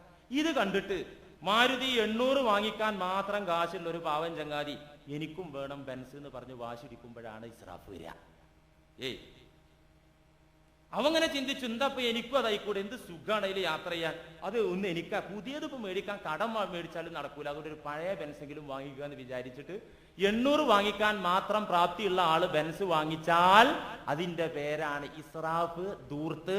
മാത്രല്ല, ആന പിണ്ടിയിടുന്നത് കണ്ട് മുയല് പിണ്ടിയിടാൻ ശ്രമിച്ചപ്പോ എന്തോ സംഭവിച്ചു എന്ന് കേട്ടിട്ടുണ്ട്, അത് അവിടെ സംഭവിക്കും. പാടില്ല. അപ്പോ ഇസ്രാഫ് പറയുമ്പോ, ധൂർത്ത് പറയുമ്പോ ഒരു വ്യക്തിക്ക് ഹലാലായത് മറ്റൊരു വ്യക്തിക്ക് ഹറാമാവും, ഒരു വ്യക്തിക്ക് ഹറാമായത് മറ്റൊരു വ്യക്തിക്ക് ഹലാലാവും. അപ്പൊ എനിക്ക് എന്റെ വരുമാന സ്രോതസ് അനുസരിച്ച്, എന്റെ സാമ്പത്തികാവസ്ഥ അനുസരിച്ച് ഞാൻ കുപ്പായം വാങ്ങണം, ഞാൻ വാഹനം വാങ്ങണം, ഞാൻ വീട്ടിലേക്ക് ഭക്ഷണം വാങ്ങണം. മറ്റൊരാള് എന്നിലേറെ സാമ്പത്തിക സ്ഥിതിയുള്ള ആള്, അയാൾക്കനുസരിച്ച് അയാൾ ജീവിക്കണം. കുറഞ്ഞ ആളാണെങ്കിൽ അതിനനുസരിച്ച് ജീവിക്കണം. ഇപ്പൊ മൊബൈൽ ഫോൺ ഒരു 10 വർഷങ്ങൾക്ക് മുമ്പ് ഒരു ആഡംബര വസ്തുവായിരുന്നു അല്ലേ. ഇൻകമിങ് കോളിന് വരെ 10 രൂപ ഈടാക്കുന്ന ഒരു കാലം ഉണ്ടായിരുന്നു. അന്ന് ആരും ഇത് കാര്യമായിട്ട് ഉപയോഗിച്ചിട്ടുണ്ടായിരുന്നു. അതൊരു ആഡംബര വസ്തു, വലിയ സമ്പന്നന്മാരുടെ കയ്യിലുണ്ടാകുന്ന ഒരു വസ്തു. അവർക്ക് അന്നത് ആവശ്യമായിരുന്നു, കാരണം അവരുടെ ബിസിനസ്സിന് അന്ന് വളരെ അനിവാര്യമായതുകൊണ്ട് അവർ അന്ന് ഹാൻഡ്സെറ്റിന്, ചെറിയ ഹാൻഡ്സെറ്റിന് 10,000 രൂപയാണ് അല്ലേ. ഇന്നിപ്പോ അത് കാലം മാറി. അതാ ഞാൻ നേരത്തെ പറഞ്ഞത്, ഇസ്രാഫ് കാലം നോക്കണം. അന്നത്തെ കാലത്ത് സാധാരണക്കാരൻ മൊബൈൽ ഫോൺ വാങ്ങുക എന്ന് പറഞ്ഞാൽ ഹറാമാണ്. ഇസ്രാഫ് തീരുമാനിക്കുമ്പോ ദുർവ്യയം, ധൂർത്ത് മനസ്സിലാക്കാൻ വേണ്ടി പറയുന്ന ഉദാഹരണം. ഇന്നിപ്പോ സാധാരണക്കാർക്കൊക്കെ അത് അത്യാവശ്യ വസ്തുവായി, നിത്യോപയോഗ വസ്തുവിന്റെ ലിസ്റ്റിലേക്ക് മൊബൈൽ ഫോൺ മാറി അല്ലേ. അപ്പൊ സാധാരണക്കാരനായ ഒരാൾക്ക് ഒരു ഹാൻഡ്സെറ്റ് വാങ്ങിക്കുമ്പോൾ, ഒരു മൊബൈൽ വാങ്ങിക്കുമ്പോൾ 2000 രൂപൻ്റെത് മതി. എന്നാൽ ഒരു സമ്പന്നൻ, വലിയ ബിസിനസ്സുകാരനായ ഒരാൾക്ക് GPS സംവിധാനമുള്ള, നെറ്റ് കണക്ട് ചെയ്യാൻ പറ്റുന്ന മൊബൈൽ ഫോൺ, 15,000 രൂപയുടെ ഫോൺ അയാൾക്ക് വേണം. അത് കണ്ടിട്ട് 10 രൂപ പോലും വരുമാനമില്ലാത്ത പീക്കിരി ജന്തു എനിക്കും അത് വേണമെന്ന് പറഞ്ഞ് വാശി പിടിച്ച് കടയിൽ കയറി പൈസ ഇല്ല പിന്നെ തരാന്ന് പറഞ്ഞ് വളിഞ്ഞ ചിരി കാണിച്ചു കൊടുത്തിട്ട് ഇറങ്ങിപ്പോന്നു. ആ കാശ് കൊടുക്കാൻ പറ്റണില്ല. അല്ലെങ്കിൽ ക്രെഡിറ്റ് കാർഡ് പെരുമ്പാവൂരുകാർക്ക് ഇപ്പൊ ബാങ്കുകാർ കൊടുക്കണില്ല എന്നാ കേട്ടത്. എന്തെങ്കിലും ആയിക്കോട്ടെ, വേറൊരാളെ ക്രെഡിറ്റ് കാർഡ് വാങ്ങിച്ചിട്ട് മൊബൈൽ ഫോൺ വാങ്ങുക, അത് ബാങ്കിൽ അല്ലെങ്കിൽ അതിന്റെ സ്ഥലത്ത് തിരിച്ചടക്കേണ്ട സമയത്തുമ്പോ തുറക്കുക. ഹറാം. ഇസ്രാഫ് ഹറാമാണ്, തെറ്റാകുന്നു. ദുർവ്യയം തെറ്റാകുന്നു. അത് വ്യക്തിയിലേക്ക്, അവന്റെ അവസ്ഥകളിലേക്ക് നോക്കിയിട്ട് വ്യത്യാസപ്പെടും. ഒരാൾക്കറിയാം എനിക്ക് എത്രയാണ് അനുവദിക്കപ്പെട്ടത്, എത്രയാണ് നിഷിദ്ധമായതെന്ന് ഓരോരുത്തർക്കും സ്വന്തത്തോട് ചോദിച്ചാൽ അറിയാം. പുറത്തുനിന്നൊരു ഉസ്താദിന് അതിന് വിധി പറയാൻ പറ്റൂല. ഉസ്താദിന്റെ അടുത്ത് വന്നിട്ട് എനിക്കിപ്പോ ഒരു 8,000 രൂപയുടെ മൊബൈൽ മേടിക്കാൻ പറ്റുമെന്ന് ചോദിച്ചാല് ഉസ്താദിനെ സംബന്ധിച്ചിടത്തോളം എന്റെ ബാക്ക്ഗ്രൗണ്ടൊക്കെ അന്വേഷിച്ചിട്ട് അതിലൊരു തീരുമാനം പറയാൻ പറ്റൂല, നിരുപാധികം പറയാൻ പറ്റില്ല. അതുകൊണ്ട് ഓരോ വ്യക്തികളിലേക്ക് നോക്കിയിട്ട് അവരവർ നിൽക്കുന്ന സ്ഥാനത്ത് നിന്നുകൊണ്ട് ജീവിക്കുക, അവനവന്റെ ചുറ്റുപാട് മനസ്സിലാക്കി ജീവിക്കുക. തന്റെ ചുറ്റുപാട്, തന്റെ പരിധി വിട്ടുകൊണ്ട് ജീവിക്കുമ്പോ ധൂർത്തന്മാരുടെ ലിസ്റ്റിൽ പെടും. ധൂർത്ത് ഹറാമാണ്. ആ ധൂർത്തിന്റെ വക്താക്കളോട് അള്ളാഹ്ക്ക് വെറുപ്പാണ്. അവർക്ക് അള്ളാഹു ഒരുക്കി വെച്ചത് നരകമാണ്. ഈ ലോകത്തും നരകമാണ്, പരലോകത്തും നരകമാണ്. ഈ ലോകത്ത് നരകതുല്യ ജീവിതമാണ്. പ്രിയപ്പെട്ട വിശ്വാസികളെ, ധൂർത്ത് ഒരു മേഖലയിലും പാടില്ല, ഒരു മേഖലയിലും പാടില്ല, പരിധി വിടാൻ പാടില്ല. ഇപ്പൊ ഭക്ഷണത്തിന്റെ കാര്യം അല്ലെ, വെള്ളത്തിന്റെ കാര്യം, വിഭവങ്ങളുടെ കാര്യം, അലങ്കാരങ്ങളുടെ കാര്യമൊക്കെ ഖുർആൻ പറഞ്ഞല്ലോ അല്ലെ. അതിലൊക്കെ നിങ്ങൾ അതൊക്കെ ഉപയോഗപ്പെടുത്തണം. വലാ തുസ്രിഫു അല്ലെ, നിങ്ങൾ ഒരിക്കലും പരിധി ലംഘിക്കരുത്. അത് കുളിക്കുന്ന സ്ഥലത്താണെങ്കിലും വുളൂ ചെയ്യുന്നിടത്താണെങ്കിലും അവിടെയും പരിധി വിടാൻ പാടില്ല. അത് ഇസ്രാഫാണ്, ധൂർത്താണ്. ഞാൻ പലപ്പോഴും മുമ്പ് ഇവിടെ സൂചിപ്പിച്ചതാ, വുളൂ ചെയ്യുമ്പോ കൃത്യമായ രീതിയിൽ വെള്ളം ഉപയോഗിക്കുക. കർമ്മശാസ്ത്ര ഗ്രന്ഥങ്ങളിൽ ഫിഖ്ഹിന്റെ കിതാബിൽ കാണാം, വയുസന്നു തസ്ലീസി കുല്ലി മിൻ മഗ്സൂലിൻ വ മംസൂഹി, എല്ലാ കഴുകപ്പെടുന്ന, തടയപ്പെടുന്ന അവയവങ്ങളും 3 തവണ ചെയ്യണം. കഴുകുകയാണെങ്കിലും തടവുകയാണെങ്കിലും 3 തവണ, 3 പ്രാവശ്യം ചെയ്യണം. അത് സുന്നത്താണ്. വയുസന്നു തസ്ലീസു കുല്ലി മിൻ മഗ്സൂലിൻ വ മംസൂഹി. അപ്പൊ തടവുന്നത് 3 തവണ, കഴുകുന്നത് 3 തവണ. വയുക്റഹു സിയാദത്തു അലൈഹാ, 3-നേക്കാൾ അധികരിപ്പിക്കൽ കറാഹത്താകുന്നു. എവിടെ? വീട്ടിൽ വെച്ച് വുദൂ ചെയ്യുകയാണെങ്കിൽ സ്വന്തം കിണറിൽ നിന്ന് പമ്പ് വെച്ചടിച്ച് ടാങ്കിൽ കയറ്റി അതിൽ നിന്ന്, ആ ടാപ്പിൽ നിന്ന് വുദൂ ചെയ്യുമ്പോ 3-നേക്കാൾ അധികരിപ്പിക്കൽ കറാഹത്താണ്. എന്നും അങ്ങനെ അധികരിപ്പിക്കുകയാണെങ്കിൽ ഹറാമിന്റെ വിധിയിൽ അത് വിടും. എന്നാൽ വഹറാമുൻ ഇദാ കാന മുസബ്ബലാ, പൊതുജനങ്ങൾക്ക് വേണ്ടി ഒരുക്കപ്പെട്ട പൊതു ഹൗദ്, പള്ളിയിലെ ഹൗദ്, ആ ഹൗദിൽ നിന്ന് 3 പ്രാവശ്യം കഴുകിക്കഴിഞ്ഞാൽ ഹറാമാണത്. ഹറാം, തെറ്റ്, കുറ്റാണ് കിട്ടുക, കൂലിയല്ല. അറിയോ കുറ്റം? അപ്പൊ ഹൗദ് ഞാൻ പലപ്പോഴും പറഞ്ഞതാ, ഇപ്പോഴും ചില ആളുകൾ ഒന്നായിട്ട് കപ്പെടുത്ത് അങ്ങനെ ഒഴിക്കന്നെ. ഹറാമുൻ ഇതാക്കാന മുസബ്ബല, പൊതു ഹൗദാണെങ്കിൽ 3 അധികരിപ്പിക്കൽ ഹറാമാണ്. അള്ളാഹ് അത് വെറുപ്പാണ്, അതുകൊണ്ട് ശിക്ഷയാണ്. വലഹാൻ എന്ന് പറയുന്ന ശൈത്വാന് വഴിപ്പെടുന്ന പണിയാണത്. ഇങ്ങനെയുള്ള ആളുകൾ വീട്ടിലിരുന്നൂടെ? ഇത് ഞാൻ പറയുന്നതല്ല, ഞാൻ രസകരമായ ചരിത്രം ഇന്നലെ ഫതുഹുൽ മുഈനിന്റെ വ്യാഖ്യാന ഗ്രന്ഥമായ ഇആനത്തിൽ വായിച്ചു. ഇന്നലെ എന്ത്, മഹാനായ ഇബ്നു ഉഖൈൽ റഹിമഹുല്ലാ എന്ന പണ്ഡിതന്റെ അടുക്കൽ ഒരാൾ വന്നു. ഇന്ന റജുലൻ ലഖിയഹു ഇന്ന അൻ ഇബ്നു ഉഖൈലിൻ ഇന്ന റജുലൻ ലഖിയഹു. ഇബ്നു ഉഖൈൽ എന്ന് പറയുന്ന പണ്ഡിതനെ ഒരാൾ കണ്ടു. ആ പണ്ഡിതന്റെ മുന്നിലേക്ക് ഒരാൾ വന്നു. പണ്ഡിതന്മാരുടെ അടുത്ത് വരുന്നത് എന്തിനാ? എന്തെങ്കിലുമൊക്കെ കാര്യം ഉണ്ടാവുമല്ലോ, ചോദിച്ച് പഠിക്കാനൊക്കെ ആയിരിക്കുമല്ലോ. വന്നിട്ട് അദ്ദേഹത്തോട് പറഞ്ഞു, അല്ലയോ മഹാനെ, ഇന്നി അഗ്സിലുൽ ഉളുവ വ അഖൂലു മാ ഗസൽതുഹു. ഞാൻ എൻ്റെ അവയവങ്ങൾ കഴുകും ഒതുണ്ടാക്കുമ്പോഴേ. കഴുകി കഴിഞ്ഞാൽ അഖൂലുവിന്റെ മനസ്സ് പറയും മാ ഗസൽതുഹു, ഞാനത് കഴുകിയിട്ടില്ല എന്ന് പറയും. വ ഇന്നി ഉകബ്ബിറു വ ഇന്നി ഉകബ്ബിറു. അങ്ങനെ ഞാൻ അങ്ങനെ കഷ്ടപ്പെട്ടു ഒതൊക്കെ എടുത്ത് വന്ന് നിക്കരിക്കാൻ നിന്നിട്ട് ഞാൻ തക്ബീറത്തുൽ ഇഹ്റാം കഴിഞ്ഞാൽ, തക്ബീർ കെട്ടിക്കഴിഞ്ഞാൽ അഖൂലു, എൻ്റെ മനസ്സ് പറയും മാ കബ്ബർത്തു, ഞാൻ തക്ബീർ ചൊല്ലിയിട്ടില്ല. ഇങ്ങനെ ഒരു അവസ്ഥ വല്ലാതെ അടങ്ങാറായിട്ടുണ്ട്, എന്തെങ്കിലും ഒരു വഴി പറഞ്ഞു തരണം എന്ന് ഇബ്നു ഉഖൈൽ റഹിമഹുല്ലാന്റെ അടുക്കൽ വന്നിട്ട് ഒരാൾ വന്ന് ബുദ്ധിമുട്ട് പറഞ്ഞപ്പോ ആ മഹാൻ എന്താ പറഞ്ഞത്? ദഇ സ്വലാത്ത ഫഇന്നഹാ ലാ തജിബു അലൈക. നീ നിസ്കരിക്കണ്ട, നിസ്കാരം നിനക്ക് നിർബന്ധമില്ല. നീ നിസ്കരിക്കണ്ട, ഫഇന്നഹാ ലാ തജിബു അലൈക, നിസ്കാരം നിനക്ക് നിർബന്ധമില്ല. ഇങ്ങനെ ഒരു വിധി ഈ പണ്ഡിതൻ പറയുന്നത് കേട്ടപ്പോ ഫഖാല ഖൗമുൻ ലിബ്നി ഉഖൈലിൻ, ഈ പണ്ഡിതന്റെ ചുറ്റുഭാഗത്ത് ഉണ്ടായിരുന്ന ജനങ്ങൾ ഒന്നടങ്കം അദ്ദേഹത്തിന്റെ അടുത്ത് വന്നിട്ട് ചോദിച്ചു, കൈഫ, എന്തപ്പോ നിങ്ങൾ പറഞ്ഞത്? വസ്വാസ് വേണ്ടാന്ന് പറഞ്ഞു കൊടുത്താൽ പോരെ, നിക്കാരം വേണ്ടാന്ന് എന്തിനാ നിങ്ങൾ പറഞ്ഞത്? കൈഫ, ഏതടിസ്ഥാനത്തിലാ അപ്പൊ നിക്കാരം നിർബന്ധം ഇല്ല എന്ന് പറഞ്ഞത്? ഫഖാല ഇബ്നു ഉഖൈലിൻ, അപ്പോൾ ആ പണ്ഡിതൻ ഇബ്നു ഉഖൈൽ ജനങ്ങളുടെ മുഖത്ത് നോക്കി മറുപടി പറഞ്ഞു. സ്വന്തം അഭിപ്രായമല്ല, ഖാല റസൂലുള്ളാഹി സ്വല്ലല്ലാഹു അലൈഹി വസല്ലം, നബി തങ്ങൾ പറഞ്ഞിട്ടുണ്ട്, റുഫിയൽ ഖലമു അനിൽ മജ്നൂൻ ഹത്താ യുഫീഖ. ഒരു ഹദീസിലുണ്ട്, ശറഇന്റെ നിബന്ധനകൾ നിയമങ്ങളൊന്നും ഭ്രാന്തന്റെ മേലിൽ ബാധകമല്ല, ഹത്താ യുഫീഖ, ഭ്രാന്ത് സുഖപ്പെടുന്നത് വരെ. വമൻ യുകബ്ബിറു വഹുവ യഖൂലു മാ കബ്ബർതു. ഒരാൾ തക്ബീർ കെട്ടിയിട്ടുണ്ട്, എന്നിട്ട് അവൻ പറയാ മാ കബ്ബർതു, ഞാൻ തക്ബീർ കെട്ടിയിട്ടില്ല. ഒരാൾ മുഖവും കയ്യും കഴുകിയിട്ടുണ്ട്, അവൻ പറയാണ് ഞാനത് ചെയ്തിട്ടില്ല. ഫഹാദാ മജ്നൂൻ, ഇവൻ ഭ്രാന്തനാണ്. വൽ മജ്നൂനു ലാ തജിബു അലൈഹി സ്വലാ, ഭ്രാന്തന്റെ മേലിൽ നിസ്കാരം നിർബന്ധമില്ല. തക്ബീർ ചൊല്ലിയിട്ട് അവയവം കഴുകിയിട്ടില്ല എന്ന് പറയുന്നവന് ഭ്രാന്താണ്. ഭ്രാന്തന്മാർക്ക് നിസ്കാരം നിർബന്ധമില്ല. ഹത്താ യുഫീഖ, ഭ്രാന്ത് സുഖപ്പെടുന്നത് വരെ. അതുകൊണ്ട് ആദ്യം സൈക്കാട്രിസ്റ്റിനെ കാണുക, അല്ലെങ്കിൽ നല്ലൊരു മുസ്ലിയാരെ അടുത്ത് പോയി മണ്ഡലം നന്നാക്കി ഊതിപ്പിക്കുക. എന്തെങ്കിലും ഒരു ഇടപാട് ചെയ്തിട്ട് സുഖമായിട്ട് നിക്കരിക്കാൻ വന്നാൽ മതി. ഞാൻ ഇപ്പൊ പറയുന്നത്, ഒരു മേഖലയിലും പരിധി വിടാൻ പാടില്ല. ഇങ്ങനെ പരിധി വിട്ടാൽ പ്രിയപ്പെട്ട വിശ്വാസികളെ, അതിന്റെ പ്രത്യാഘാതം നമുക്ക് ഈ ലോകത്തും പരലോകത്തും കാണേണ്ടി വരും, ഒരു സംശയമില്ല. ഭൗതികമായ കാര്യത്തിലാണെങ്കിലും ഏത് കാര്യത്തിലാണെങ്കിലും ഹദീസിൽ കാണാ പരിധി വിടുന്നതിനെ കുറിച്ച്.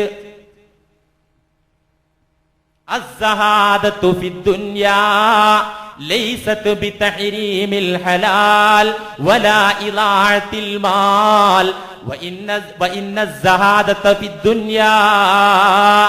നിശ്ചയം ഈ ലോകത്തുള്ള സന്യാസം എന്ന് പറയുന്നത് അള്ളാഹു അനുവദിച്ചത് വേണ്ടെന്ന് വെച്ചുകൊണ്ടല്ല, അലങ്കാരങ്ങൾ ഉപേക്ഷിച്ചുകൊണ്ടല്ല, ആസ്വാദനങ്ങൾ വേണ്ടെന്ന് വെച്ചുകൊണ്ടല്ല. പിന്നെ വഇന്ന അസ്സഹാദത ഫിദ്ദുനിയാ അൻ അല്ലാ തകൂന ഔസഖ ബിമാ ഫീ യദൈക മിമ്മാ ഫീ യദയില്ലാ. നിന്റെ കയ്യിലുള്ളതിനേക്കാൾ അള്ളാഹുവിന്റെ കയ്യിലുള്ളതിൽ നീ വിശ്വാസം അർപ്പിക്കുക. നിന്റെ കയ്യിലുള്ളതിൽ നീ വിശ്വസിക്കണ്ട, അത് എപ്പോഴും തകരാം, എപ്പോഴും നശിക്കാം, എപ്പോഴും നഷ്ടപ്പെടാം. എന്നാൽ അള്ളാന്റെ കയ്യിലുള്ളതോ അത് തകരൂല. അപ്പൊ നിന്റെ കയ്യിലുള്ളത് വലിയ വിശ്വാസം നിന്റെ കയ്യിലുള്ളതിൽ അർപ്പിക്കാതെ അള്ളാഹുവിലുള്ളതിൽ വിശ്വസിക്കുക. പിന്നെ മുസീബത്ത് വരുമ്പോൾ ക്ഷമിക്കുക. ഇതാണ് ഈ ലോകത്തെ സന്യാസം. റവാഹു തുർമുദി. ഇമാം മുസ്ലിം ഉദ്ധരിച്ചൊരു ഹദീസിൽ കാണാം, ഖാല റസൂലുള്ളാഹി സ്വല്ലല്ലാഹു അലൈഹി വസല്ലം ഇന്നല്ലാഹ തആല യർലാ ലക്കും സലാസ വയക്റഹു ലക്കും സലാസ. അല്ലാഹു നിങ്ങൾക്ക് 3 കാര്യം ഇഷ്ടപ്പെട്ടു. നിങ്ങളിൽ 3 കാര്യങ്ങൾ അല്ലാഹ് ഇഷ്ടപ്പെട്ടിട്ടുണ്ട്. 3 കാര്യങ്ങൾ വയക്റഹു ലക്കും നിങ്ങൾക്ക് വേണ്ടി അല്ലാഹ് വെറുത്തിട്ടുണ്ട്. 3 കാര്യം അല്ലാഹുക്ക് വലിയ പൊരുത്തം, 3 കാര്യം അല്ലാഹുക്ക് വലിയ വെറുപ്പ്.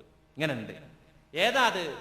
വയർലാ ലക്കും അൻ തഅബുദൂഹു വലാ തുശ്രികൂ ബിഹി ശൈആ വഅൻ തഅതസിമൂ ബിഹബിലില്ലാഹി ജമീഅൻ വലാ തഫറഖൂ. അതാണ് 3 കാര്യം. അല്ലാഹുക്ക് ആരാധിക്കുക. ആരാധനയിൽ നമ്മൾ കഴിഞ്ഞ ആഴ്ചയുടെ മേലെ ആഴ്ചകളിലൊക്കെ പറഞ്ഞ കലർപ്പുകളൊന്നും ഇല്ലാതിരിക്കുക. വഅൻ തഅതസിമൂ ബിഹബിലില്ലാഹി ജമീഅ, നിങ്ങൾ എല്ലാവരും ഈ ഉമ്മത്ത് ഭിന്നിപ്പൊന്നും ഉണ്ടാക്കാതെ ഒറ്റക്കെട്ടായി ജീവിക്കുക. ഈ 3 കാര്യം അല്ലാഹ് ഇഷ്ടപ്പെട്ടിട്ടുണ്ട്. വയക്റഹു ലക്കും ഖീല വഖാല വകസറത സുആൽ വഇളാഅതൽ മാൽ. അല്ലാഹു വെറുത്ത കാര്യം 3 കാര്യം ഏതാ? ഖീല വഖാല, പറഞ്ഞു കേട്ടു, പറഞ്ഞു കേട്ടു. അല്ലാഹുക്ക് വെറുപ്പാണ്. ഈ ഹദീസിന്റെ വിശദീകരണത്തിൽ ഇമാം നവവി ശറഹ് മുസ്ലിമിൽ എഴുതി വെച്ചിട്ടുണ്ട്, അമ്മാ ഖീല വഖാല വഹുവൽ ഖൗലു ഫീ അഖ്ബാരിൻ നാസ് വഹികായാതു മാ ലാ യുഅനി മിൻ അഖ്ബാരിഹിം. ജനങ്ങളെ കുറിച്ച് ഒരു ആവശ്യമില്ലാത്ത കഥകളും വാർത്തകളും അത് ഹിക്കായത്ത് ചെയ്യുക, അത് ഉദ്ധരിക്കുക, കേട്ടത് പറഞ്ഞു നടക്കുക, അതാണ് ഖീലയും കാലയും. അത് അല്ലാഹ് വെറുത്തിട്ടുണ്ട്. വകസറത സുആൽ, ചോദ്യം അധികരിപ്പിക്കുക. ഒരു കാര്യം കേട്ട് കഴിഞ്ഞാൽ അനുസരണയോടുകൂടെ അതങ്ങോട്ട് എന്താകുക, അതങ്ങോട്ട് ഉൾക്കൊള്ളുകയും പ്രവർത്തിക്കുകയും ചെയ്യാം. വഴുത് കേട്ടാലും എന്നാ പിന്നെ അങ്ങനെയാണെങ്കിൽ ഇങ്ങനെ ആയിക്കൂടെ, ഒരു വളഞ്ഞൊരു ചോദ്യം. സംശയം തീർക്കുന്നതിനെ കുറിച്ചല്ല പറയുന്നത്, ചോദ്യം ചെയ്യാ എന്ന രീതിയിൽ മുൻകാല ജനത ഈ കസറത്തു സുആൽ വഴി നശിച്ചു എന്ന് ഖുർആനും ഹദീസും പറയുന്നുണ്ട്. അപ്പൊ കസറത്തു സുആൽ അല്ലാഹു വെറുത്തിട്ടുണ്ട്. ഖീലയും കാലയും അല്ലാഹു വെറുത്തു, കസറത്തു സുആൽ വെറുത്തു. വഇളാഅതൽ മാൽ, ധനം പാഴാക്കുക, ധനം ദുർവ്യയം ചെയ്യുക, ഇത് അല്ലാഹു വെറുത്ത കാര്യമാണ്. നിങ്ങൾ സൂക്ഷിക്കണമെന്ന് നബി സല്ലല്ലാഹു അലൈഹി വസല്ലമ. പൊതുമേഖലയിൽ പ്രവർത്തിക്കുന്ന ആളുകൾ പ്രത്യേകം സൂക്ഷിക്കേണ്ട കാര്യമാണ്. പൊതുപ്രവർത്തകനായ ആള് അവന്റെ എന്റെ ഫണ്ടൊന്നും അല്ലല്ലോ, ഞാൻ പങ്കെടുത്ത് ചെലവാക്കിയ എന്താ, അങ്ങനെ ഒരു ചിന്ത പാടില്ല അല്ലേ. മൻ അഖദ അംവാലന്നാസ്, ഇമാം ബുഖാരി ഉദ്ധരിച്ച ഹദീസിൽ കാണാം, മൻ അഖദ അംവാലന്നാസ് യുരീദു ഇത്ലാഫഹാ. ജനങ്ങളുടെ പൊതുമുതൽ ഒരാൾ കയ്യിൽ പിടിച്ചു, ഒരാൾ പൊതുമുതൽ കയ്യിൽ വെച്ചു. യുരീദു ഇത്ലാഫഹ, ഒരു പരിഗണനയും നൽകാതെ അതങ്ങനെ നശിപ്പിക്കുകയാണ് ഇവന്റെ സ്വന്തം കാര്യത്തിലായിക്കൊള്ളണമെന്നില്ല, പൊതുകാര്യത്തിൽ തന്നെ നശിപ്പിക്കുകയാണെങ്കിൽ ആ വ്യക്തിയെ അല്ലാഹു തകർത്ത് കളയുന്നതാണ്. ഈ വഴത് കേട്ടിട്ട് ഇനി ആവശ്യത്തിനും ചെലവാക്കാതെ ആരും പിടിച്ചു വെക്കണ്ട, അതും വേണം സൂക്ഷിക്കുക. ആവശ്യം വരുമ്പോ അള്ളാഹ് എന്നോട് ചോദ്യം ചെയ്യുന്നു പറഞ്ഞിട്ട് പിടിച്ചു വെക്കേണ്ട കാര്യമൊന്നുമില്ല. ആവശ്യം ഏതാ നമുക്ക് തിരിയോലോ, ചോറ് തിന്നണ നമുക്കറിയാലോ ആവശ്യം ഏതാണ്. അപ്പൊ ആവശ്യത്തിന് ഉപയോഗിക്കുക. അനാവശ്യത്തിൽ പൊതുമുതൽ ദൂർത്തടിച്ചാലോ ആ ദൂർത്തടിച്ച അനാവശ്യത്തിൽ പൊതുമുതൽ ചിലവഴിച്ച അത് പൊതുഖജനാവ് ഇവിടെ കേരള സർക്കാരിന്റെ ആണെങ്കിലും ശരി, അതിപ്പോ രാഷ്ട്രീയല്ലേ, ഇതിപ്പോ ദീനല്ലേ, രണ്ടും എന്തിനാ തമ്മിൽ കലർത്തുന്നത് എന്ന് ചില ആദർശവാദികൾ പറയാറുണ്ട്. കലർത്താതെ പോകാൻ പറ്റൂല, കലർത്തിയിട്ട് തന്നെ പോകാൻ പറ്റുള്ളൂ, അല്ലെങ്കിൽ രാഷ്ട്രീയം വേണ്ടാന്ന് വെച്ചോ. അപ്പൊ അല്ലാഹു നശിപ്പിച്ച് കളയുന്നതാണ്. ഈ ഉമ്മത്തിനെ വർണ്ണിച്ചുകൊണ്ട് ഖുർആൻ എന്താ പറഞ്ഞത്? മുഹമ്മദ് നബി സല്ലല്ലാഹു അലൈഹി വസല്ലമ തങ്ങളിൽ വിശ്വസിക്കുന്ന ഉമ്മത്തിന്റെ ക്വാളിഫിക്കേഷൻ എന്താ? വകദാലിക ജഅൽനാകും ഉമ്മതൻ വസതാ, സൂറത്തുൽ ബഖറ. വകദാലിക ജഅൽനാകും ഉമ്മതൻ വസതാ, ഈ ഉമ്മത്തിന് നിങ്ങളെ നാം ആക്കി ഉമ്മത്തൻ വസത, മിത സമൂഹമാക്കി, മധ്യ സമൂഹമാക്കി.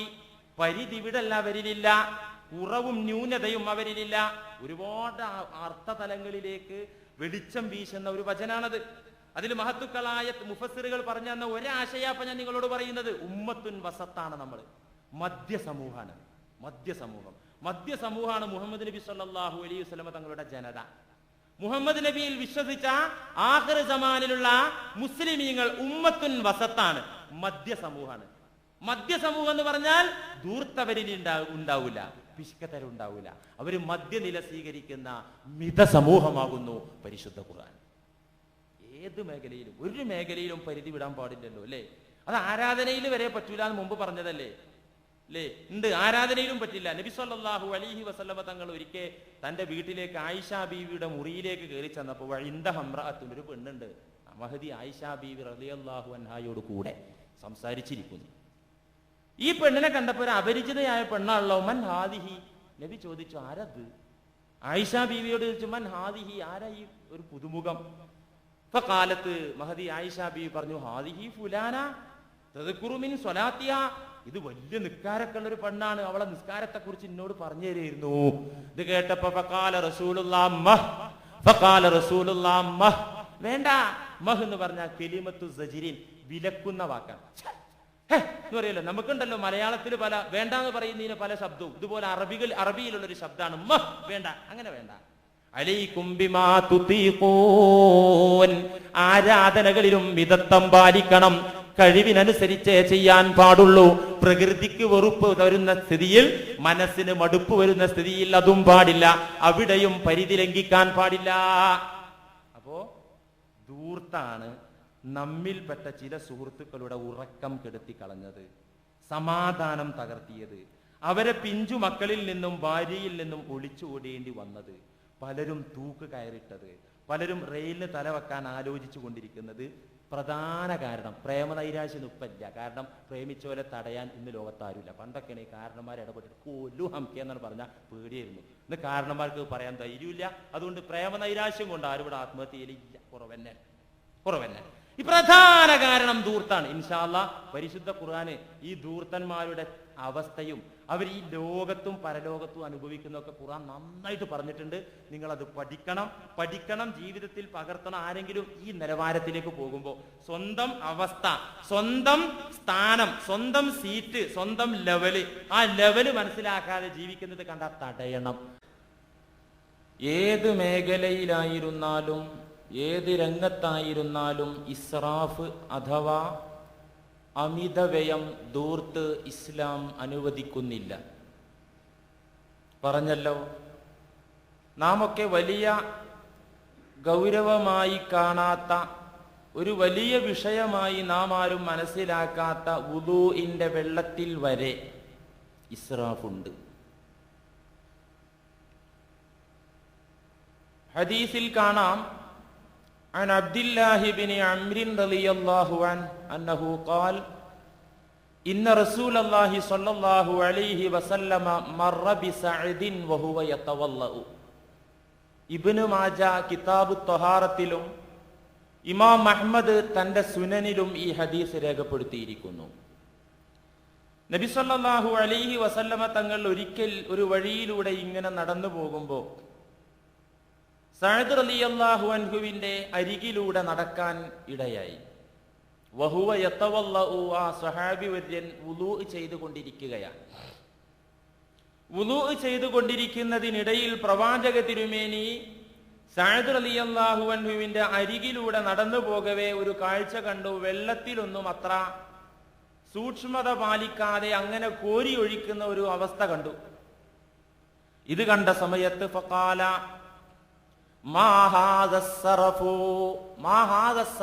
നബി ചോദിച്ചു, വുളൂ ചെയ്തുകൊണ്ടിരിക്കുന്ന സഅദ് റളിയല്ലാഹു അൻഹുവിനോട് ചോദിച്ചു, മാ ഹാദ സറഫു, എന്താണ് ഈ ധൂർത്ത്, എന്താണ് ഈ ചെയ്യുന്നത്, വെറുതെ വെള്ളം എന്തിനാണ് പാഴാക്കി കളയുന്നത്? ഫഖാല അഫിൽ വുളൂഇ ഇസ്റാഫുൻ, സഅദ് റളിയല്ലാഹു അൻഹു തിരിച്ചു ചോദിച്ചു, നബിയെ അഫിൽ വുളൂഇ ഇസ്റാഫുൻ, വുളൂ ചെയ്യുന്നിടത്തുമുണ്ടോ ധൂർത്ത്, വുളൂ ചെയ്യുന്നിടത്തുമുണ്ടോ ഇസ്രാഫ്? വുളൂ ചെയ്യുമ്പോൾ കുറച്ച് കൂടുതൽ വെള്ളം മുക്കി കഴുകുന്നത് കൊണ്ട് എന്താ കുഴപ്പം? മാത്രല്ല വെള്ളല്ലേ, വെള്ളം ഭൂമിയിൽ ഒഴിച്ചു, അത് നീരാവിയായി മുകളിലേക്ക് പോയി വീണ്ടും വന്നു, വെള്ളത്തിന് ഇവിടെ അത്ര ബുദ്ധിമുട്ടൊന്നും ഇല്ലല്ലോ. അതുകൊണ്ട് നബിയെ അഫിൽ വുളൂഇ ഇസ്റാഫുൻ, വുളൂഇലും ധൂർത്തുണ്ടോ, ദുർവ്യയമുണ്ടോ എന്ന് നബി സല്ലല്ലാഹു അലൈഹി വസല്ലം ചോദിക്കുക. വുളൂഇൽ ധൂർത്തുണ്ടോ? ഫഖാല റസൂലുള്ളാഹി സ്വല്ലല്ലാഹു അലൈഹി വസല്ലം, ഈ ചോദ്യം ഉന്നയിച്ച സമയത്ത് നബി തങ്ങൾ മറുപടിയായി പറഞ്ഞു, നഅം വ ഇൻ കുൻത അലാ നഹ്രിൻ ജാരിൻ, നഅം ഉണ്ട്, വുളൂഇലും ഉണ്ട് ധൂർത്ത്, വുളൂഇലും ഉണ്ട് ദുർവ്യയം. നിറഞ്ഞു കവിഞ്ഞൊഴുകുന്ന ഒരു അരുവിയുടെ ഓരത്ത് നിന്നാണ് നീ വുളൂ ചെയ്യുന്നതെങ്കിലും, അവിടെ വെച്ചാണ് നീ വുളൂ ചെയ്യുന്നതെങ്കിലും അവിടെയും ഇസ്രാഫ് വരുന്നതാണ്. അപ്പോ നിറഞ്ഞൊലിക്കുന്ന ഒരു പുഴ, ആ പുഴയിൽ നിന്ന് വുളൂ ചെയ്യുകയാണെങ്കിൽ അവിടെയും സൂക്ഷിക്കണം, അവിടെയും സൂക്ഷിക്കണം. ഏത് മേഖലയിലായിരുന്നാലും ധൂർത്ത് പാടില്ല എന്നാണ് ഈ ഹദീസിന്റെ വെളിച്ചത്തിൽ നിന്ന് നമുക്ക് മനസ്സിലാക്കാൻ സാധിക്കുന്നത്. ഭക്ഷണ കാര്യത്തിലുള്ള ധൂർത്ത് നബി സല്ലല്ലാഹു അലൈഹി വസല്ലമ തങ്ങൾ പഠിപ്പിച്ചു. ഭക്ഷണത്തിലുള്ള ധൂർത്ത്. അനസ് ഇബ്നു മാലിക് റളിയല്ലാഹു അൻഹു ഖാല ഖാല റസൂലുള്ളാഹി സ്വല്ലല്ലാഹു അലൈഹി വസല്ലം, നബി പറയുന്നു, ഇന്ന മിനസ് സറഫി അൻ തഅകുല കുല്ല മസ്തഹൈത, ധൂർത്തിൽ പെട്ടതാണ്, പാഴ്ചെലവിൽ പെട്ടതാണ്, അൻ തഅകുല കുല്ല മസ്തഹൈത, നീ കൊതിച്ചതൊക്കെ വാങ്ങി കഴിക്കുക എന്നത്. ആശിക്കുന്നത്, കൊതിക്കുന്നത്, നാം ആഗ്രഹിക്കുന്ന ഭക്ഷണം വാങ്ങി കഴിക്കുന്നതിന് വിരോധമൊന്നുമില്ല. ഇസ്ലാം അത് വിലക്കിയിട്ടില്ല. നമുക്ക് താല്പര്യമുള്ള, ആഗ്രഹമുള്ള ഭക്ഷണം വാങ്ങി കഴിക്കാം, തെറ്റില്ല. പക്ഷേ കുല്ല മസ്തഹൈത, കൊതിച്ചതൊക്കെ, ആഗ്രഹിച്ചതൊക്കെ അങ്ങ് വാങ്ങിക്കഴിക്കലോ, അത് പലപ്പോഴും ധൂർത്തിൽ ചെന്നെത്തും. ഇപ്പോ വിലക്കയറ്റമുള്ള ഇക്കാലത്ത് സാധാരണ ഭക്ഷ്യവസ്തുക്കൾക്കൊക്കെ ഇപ്പോ കറി വെക്കുന്ന മീന് സാധാരണ 40-50 രൂപ കൊടുത്ത് നാം വാങ്ങിക്കാറുള്ള അയലക്ക് വരെ 150 രൂപ വരെ വിലക്കയറ്റമുണ്ടായി, വില കുതിച്ചുയർന്നു എന്നാണ് നാം അറിഞ്ഞത്, നാം മനസ്സിലാക്കുന്നത്. ഈ അവസ്ഥയിലും ഒരാൾ പറയാ, മീനില്ലാതെ ഞാൻ ഭക്ഷണം കഴിക്കൂല, എന്റെ ശീലം അതാണ്, അതുകൊണ്ട് വില കൂടിയാലും കൂടിയില്ലെങ്കിലും ഒന്നും കുഴപ്പമില്ല, മീനില്ലാതെ, മീൻകറി ഇല്ലാതെ എനിക്ക് ഭക്ഷണം കഴിക്കാൻ പറ്റൂല എന്ന് പറഞ്ഞ് വാശി പിടിച്ചാൽ സാധാരണക്കാരനെ സംബന്ധിച്ചിടത്തോളം അതും ഇസ്രാഫാകും, അതും ധൂർത്താകും. ആഗ്രഹമുള്ളത്, ആശിക്കുന്നത്, ഇഷ്ടപ്പെടുന്ന വിഭവങ്ങൾ വാങ്ങി കഴിക്കുന്നതിനെ ഇസ്ലാം എതിർക്കുന്നില്ല. പക്ഷേ ഓരോരുത്തരും അവനവന്റെ നിലവാരം, സാമ്പത്തിക സ്ഥിതി മനസ്സിലാക്കുക. കൊതിക്കുന്നതൊക്കെ തന്നെ തന്റെ ബാക്ക്ഗ്രൗണ്ട് പരിശോധിക്കാതെ, പരിഗണിക്കാതെ വാങ്ങിക്കഴിക്കൽ ഇസ്രാഫാകുന്നു, ധൂർത്താകുന്നു എന്ന് നബി സല്ലല്ലാഹു അലൈഹി വസല്ലമ പഠിപ്പിച്ചു. ഇമാം അഹ്മദ് തന്റെ മുസ്നദിൽ ഉദ്ധരിച്ച, ഇബ്നു മാജ ഉദ്ധരിച്ച ഹദീസ്. അപരന്റെ ധനം, അന്യന്റെ ധനം രഹസ്യമായിട്ടും പരസ്യമായിട്ടും അതിക്രമിക്കുന്നത് ഹറാമായതുപോലെ തന്നെ സ്വന്തം ധനം പാഴാക്കലും ധൂർത്തടിക്കലും ഇസ്ലാമിക വീക്ഷണത്തിൽ ഹറാമാകുന്നു. ഇസ്ലാം പഠിപ്പിക്കുന്നു, ധനം കൈകാര്യം ചെയ്യേണ്ടത് ആരാണെന്ന് പഠിപ്പിച്ചു തരുന്നു. ആരാണ് പൈസ കൈകാര്യം ചെയ്യേണ്ടത്? ആരാണ് ധനം കൈകാര്യം ചെയ്യേണ്ടത്? ബോധമുള്ളവർ മാത്രമേ ധനം കൈകാര്യം ചെയ്യാവൂ. എവിടെ, എത്ര അളവിൽ ചിലവഴിക്കണമെന്നതിനെ കുറിച്ച് നിശ്ചയമുള്ള ബോധവാന്മാർ മാത്രമേ പണം കൈകാര്യം ചെയ്യാൻ പാടുള്ളൂ. അല്ലാത്തവർ എത്ര ചിലവഴിക്കണമെന്ന് വസ്തുനിഷ്ഠമായി അറിയാത്ത ആളുകൾ വിഡ്ഢികളാണ്. ആ വിഡ്ഢികളുടെ കൈകളിൽ നിങ്ങൾ പണം ഏൽപ്പിക്കരുത് എന്ന് ഖുർആൻ നിർദ്ദേശിക്കുന്നു. സൂറത്തുൻ നിസാഇന്റെ 5-ാമത്തെ ആയത്തിൽ കാണാം, വലാ തുഅ്തുസ് സുഫഹാഅ അംവാലകുമുല്ലതി ജഅലല്ലാഹു ലക്കും ഖിയാമാ വർസുഖൂഹും ഫീഹാ വക്സൂഹും വഖൂലൂ ലഹും ഖൗലൻ മഅറൂഫാ. വലാ തുഅ്തുസ് സുഫഹാഅ അംവാലകും, നിങ്ങളുടെ പണം നിങ്ങൾ വിഡ്ഢികളെ ഏൽപ്പിച്ചു പോകരുത്. വിഡ്ഢികൾക്ക് നിങ്ങൾ പണം കൊടുക്കരുത്. നിങ്ങൾ അവരെ ധനം കൈകാര്യം ചെയ്യാൻ ഏൽപ്പിക്കരുത്. എങ്ങനത്തെ ധനം? അല്ലതീ ജഅലല്ലാഹു ലക്കും ഖിയാമാ, നിങ്ങളുടെ ജീവിത നിലനിൽപ്പിന് അനിവാര്യമായ ധനം, നിങ്ങളുടെ ജീവിതത്തിന് അഭിവാജ്യ ഘടകമായി അള്ളാഹു നിശ്ചയിച്ച ധനം, ആ ധനം നിങ്ങൾ വിഡ്ഢികളിൽ ഏൽപ്പിക്കരുത്. എന്നാൽ വർസുഖൂഹും ഫീഹാ വക്സൂഹും, ആ വിഡ്ഢികൾക്ക് അതിൽ നിന്ന് നിങ്ങൾ ഭക്ഷണം നൽകണം, അവർക്ക് വസ്ത്രം നൽകണം. വഖൂലൂ ലഹും ഖൗലൻ മഅറൂഫാ, നല്ല വാക്ക് വിഡ്ഢികളോട് പറയുകയും വേണം. പണം അവരെ ഏൽപ്പിക്കരുത്. മഹിതമായ തത്വങ്ങളാണ് ഈ വചനത്തിലൂടെ മനുഷ്യ മക്കളെ അള്ളാഹു പഠിപ്പിക്കുന്നത്. മുതലാളിത്തവും കമ്മ്യൂണിസവും പറയുന്നത് പോലെയുള്ള വികലമായ വീക്ഷണങ്ങളല്ല ഇത്. തികച്ചും പ്രായോഗികമായ നീതിയിലധിഷ്ഠിതമായ പ്രപഞ്ചനാഥന്റെ നിയമസംഹിത. എന്താണ് ഈ പറഞ്ഞത്? മുതലിനെ പണത്തെക്കുറിച്ച് പറഞ്ഞത് എങ്ങനെ അറിയോ? അല്ലതീ ജഅലല്ലാഹു ലക്കും ഖിയാമ. മാലിനെ കുറിച്ച്, ധനത്തെക്കുറിച്ച് അല്ലാഹു പറഞ്ഞത് അല്ലതീ ജഅലല്ലാഹു ലക്കും ഖിയാമ, നിങ്ങളുടെ ജീവിത നിലനിൽപ്പിന് അവലംബമായ ധനം. അതെ, ജീവിതത്തിന് പണം മുഖ്യ ഘടകമാണ്, അനിവാര്യമായ ഘടകമാണെന്ന് അള്ളാഹു തന്നെ പഠിപ്പിക്കുന്നു. ഈ ആയത്തിൽ അതാണ് പഠിപ്പിക്കുന്നത്. വലാ തുഅ്തു സുഫഹാ അംവാലക്കും അല്ലതീ ജഅലല്ലാഹു ലക്കും ഖിയാമ. നിങ്ങൾക്ക് സ്ട്രൈറ്റ് ആയിട്ട് നിൽക്കാൻ, നിങ്ങൾക്ക് ഈ ജീവിതത്തിൽ നിലനിൽപ്പ് വേണോ? ആ നിലനിൽപ്പിന് വേണ്ടിയാണ് അള്ളാഹു നിങ്ങൾക്ക് പണം തന്നത്, ധനം തന്നത്. അറിയോ, പണത്തെക്കുറിച്ച്, ധനത്തെക്കുറിച്ച് പരിശുദ്ധ ഖുർആൻ പല ഭാഗങ്ങളിലും പറഞ്ഞിട്ടുണ്ട്. പല സ്ഥലത്തും നിരുത്സാഹപ്പെടുത്തി നിങ്ങൾ ആ ധനത്തിന്റെ പിറകെ പോകണ്ടെന്നൊക്കെ ഖുർആൻ പറഞ്ഞിട്ടുണ്ടെങ്കിലും ഒരുപാട് ഭാഗങ്ങളിൽ ധനത്തെക്കുറിച്ച് മറ്റൊരു രീതിയിലും പറഞ്ഞു. മാൽ, ധനം. പല ഭാഗങ്ങളിലും അതിന് ഉപയോഗിച്ചിരിക്കുന്ന പേര് ഖൈർ എന്നാണ്. ഖൈർ, ഖൈർ എന്ന് പറഞ്ഞ ഗുണം, നന്മ, ഖൈർ.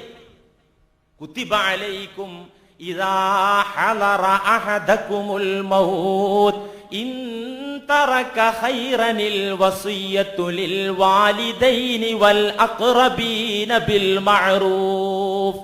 ഒരു ഭാഗത്ത് കുതിബ അലൈക്കും ഇദാ ഹളറ അഹദകുമുൽ മൗത് ഇൻ തറക ഖൈറനിൽ വസിയ്യതു ലിൽ വാലിദൈനി വൽ അഖ്റബീന ബിൽ മഅറൂഫ്. നിങ്ങളിൽ ഒരാൾ മരണാസന്നനായാൽ, മരിക്കാൻ അടുത്തു, ഇനിയിപ്പോ ബാക്കിയാവൂല എന്ന് തോന്നി, അങ്ങനെ ആ അവസ്ഥയിൽ എത്തിക്കഴിഞ്ഞാൽ അടുത്ത കുടുംബങ്ങൾക്കും മാതാപിതാക്കൾക്കും വേണ്ടി നിങ്ങൾ മര്യാദയനുസരിച്ച് വസിയ്യത്താക്കണമെന്ന് നിങ്ങളുടെ നാഥൻ നിങ്ങളോട് കൽപ്പിക്കുന്നു, അല്ലെങ്കിൽ നിങ്ങൾ കൽപ്പിക്കപ്പെട്ടിരിക്കുന്നു. അത് വസിയ്യത്ത് എന്ന് പറയുന്ന വിഷയം ഇൻഷാ അല്ലാഹ് മരണം, അനന്തര ജീവിതം അല്ലെങ്കിൽ അനന്തര ചടങ്ങുകൾ എന്ന വിഷയത്തിൽ നമുക്ക് വസിയ്യത്തിനെ കുറിച്ച് വിശദീകരിച്ച് പറയാം.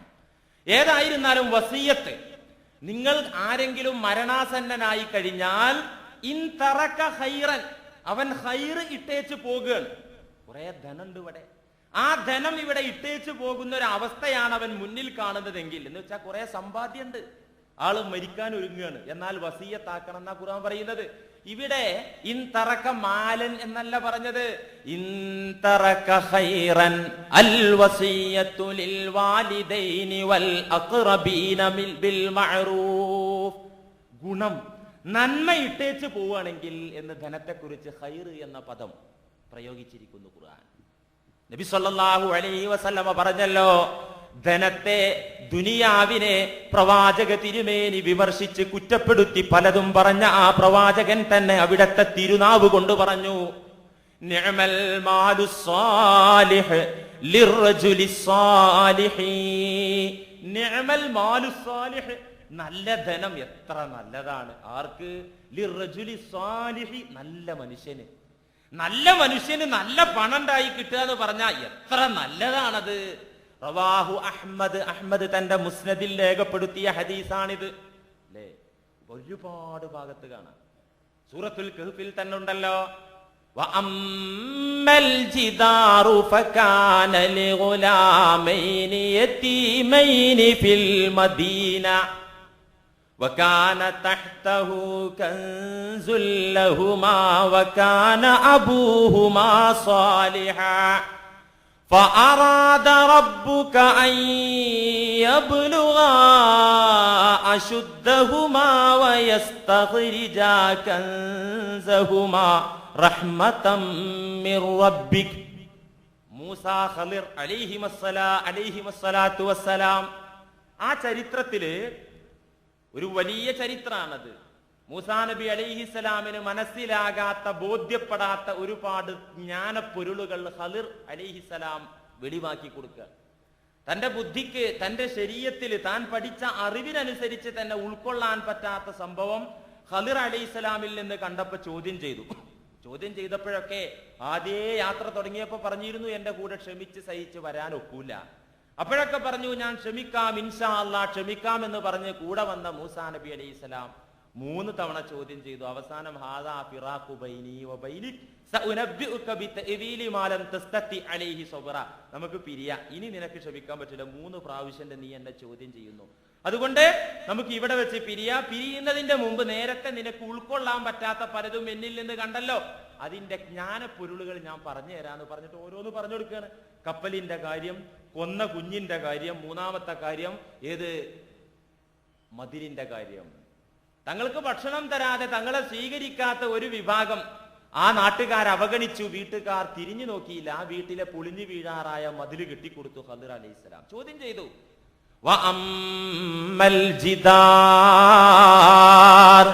നമ്മെ സ്വീകരിക്കാത്ത, നമുക്ക് ഭക്ഷണം തരാത്ത, നമ്മെ അവഗണിച്ച ആ വീട്ടുകാരുടെ, ആ നാട്ടുകാരുടെ മതിൽ നാം കെട്ടിപ്പടുത്തു കൊടുത്തല്ലോ. എന്തേ കാരണം?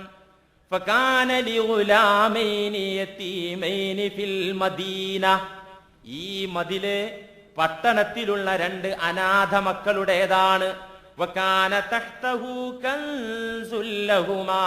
ആ അനാഥ മക്കളായ പാവപ്പെട്ട 2 കുട്ടികൾക്കുള്ള നിധി ഈ മതിലിന്റെ താഴ്ഭാഗത്തുണ്ട്. ഇപ്പോൾ തന്നെ മതിൽ പൊളിഞ്ഞ് തകർന്നു പോയാൽ ആ നിധി അനർഹർക്ക് കിട്ടും. അത് വേണ്ടാത്ത ആളുകളുടെ കയ്യിലായിരിക്കും അകപ്പെട്ടു പോവുക. അതുകൊണ്ട് അത് മറച്ചു വെക്കാൻ തീരുമാനിച്ചാണ് ആ മതിൽ കെട്ടിപ്പടുത്തത്.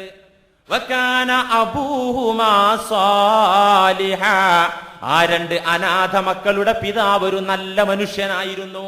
ആ നല്ല മനുഷ്യൻ മരിച്ചുപോയി. നല്ല മനുഷ്യൻ ഈ മക്കൾക്ക് വേണ്ടി ഒരുക്കി വെച്ച ധനം, നിധി നിക്ഷേപം, അത് ഈ മതിലിനകത്തുണ്ട്. فأراد ربك أن يبلغا أشدهما ويستخرجا كنزهما رحمة من ربك. നിന്റെ നാഥൻ ഉദ്ദേശിച്ചു അവർക്ക് പ്രായപൂർത്തിയാകുന്നത് വരെ അവർ വളർന്നു വരട്ടെ. ഇപ്പൊ തന്നെ കൊടുക്കാൻ പറ്റൂല. അവിടെ തന്നെ നമുക്ക് ഒരു പാടുണ്ട്. അനാഥ മക്കള് പിഞ്ചു മക്കളാവുമ്പോ അവർക്കുള്ള ധനം അപ്പൊ കൊടുക്കാൻ പറ്റൂല.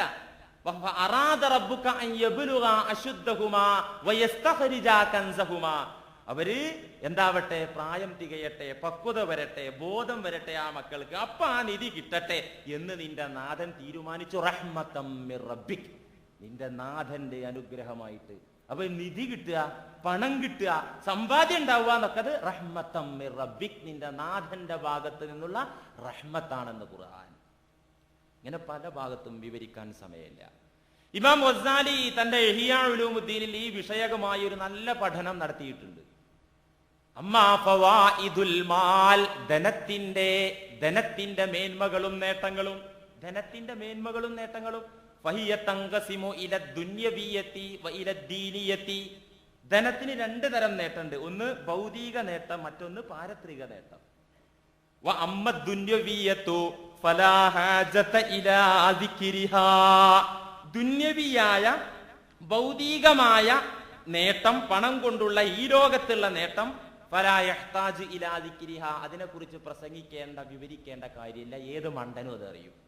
ദുന്യാവിൽ പണം ഉണ്ടായ എന്താ ചെയ്യേണ്ടത്, ദുന്യാവിൽ എന്താണ് നേട്ടം എല്ലാവർക്കും അറിയുമല്ലോ. വഅമ്മദ്ദീനിയത്തു, പാരത്രികമായ ദീനിയായ നേട്ടം, പണം കൊണ്ടുള്ള നേട്ടം, ഇബാദത്തിൽ ചിലവഴിക്കാം, ഇബാദത്തിന് സഹായകരമായ കാര്യങ്ങളിലും ചിലവഴിക്കാം. ഇബാദത്തിന് ചിലവഴിക്കുക എന്ന് പറഞ്ഞാൽ സക്കാത്ത് കൊടുക്കണമെങ്കിൽ പണമുള്ളവർക്കേ സാധിക്കൂ, ഹജ്ജ് ചെയ്യണമെങ്കിൽ പണമുള്ളവർക്കേ സാധിക്കൂ, ജിഹാദിന് പണം വേണം, പണമുള്ളവർക്കേ അതിന് സഹായിക്കാൻ സാധിക്കൂ, അല്ലേ? അപ്പൊ ഇബാദത്തിന് പണം വേണം. ഇബാദത്തിന് സഹായകമായ കാര്യങ്ങൾ, വസ്ത്രം, ഭക്ഷണം, ഇതൊക്കെ ഇതില്ലാതെ ഇബാദത്ത് ശരിയാവൂലല്ലോ, സാധിക്കില്ലല്ലോ. അതിനും പണം വേണം. ദാനധർമ്മം, അതിന് പണം വേണം. പാവങ്ങളെ സഹായിക്കാൻ പണം വേണം. ജാരിയായ സ്വതക്ക, പള്ളി മദ്രസ പോലത്തെ പൊതുവായ കാര്യങ്ങൾ, അതിനൊക്കെ പണം വേണം. ആ പണം ദീനിയായ കാര്യത്തിൽ വിനിയോഗിച്ചാൽ ഫഹിയ മിനൽ ഖൈറാത്തിൽ മുഅബ്ബദതി ബഅദൽ മൗത്ത്.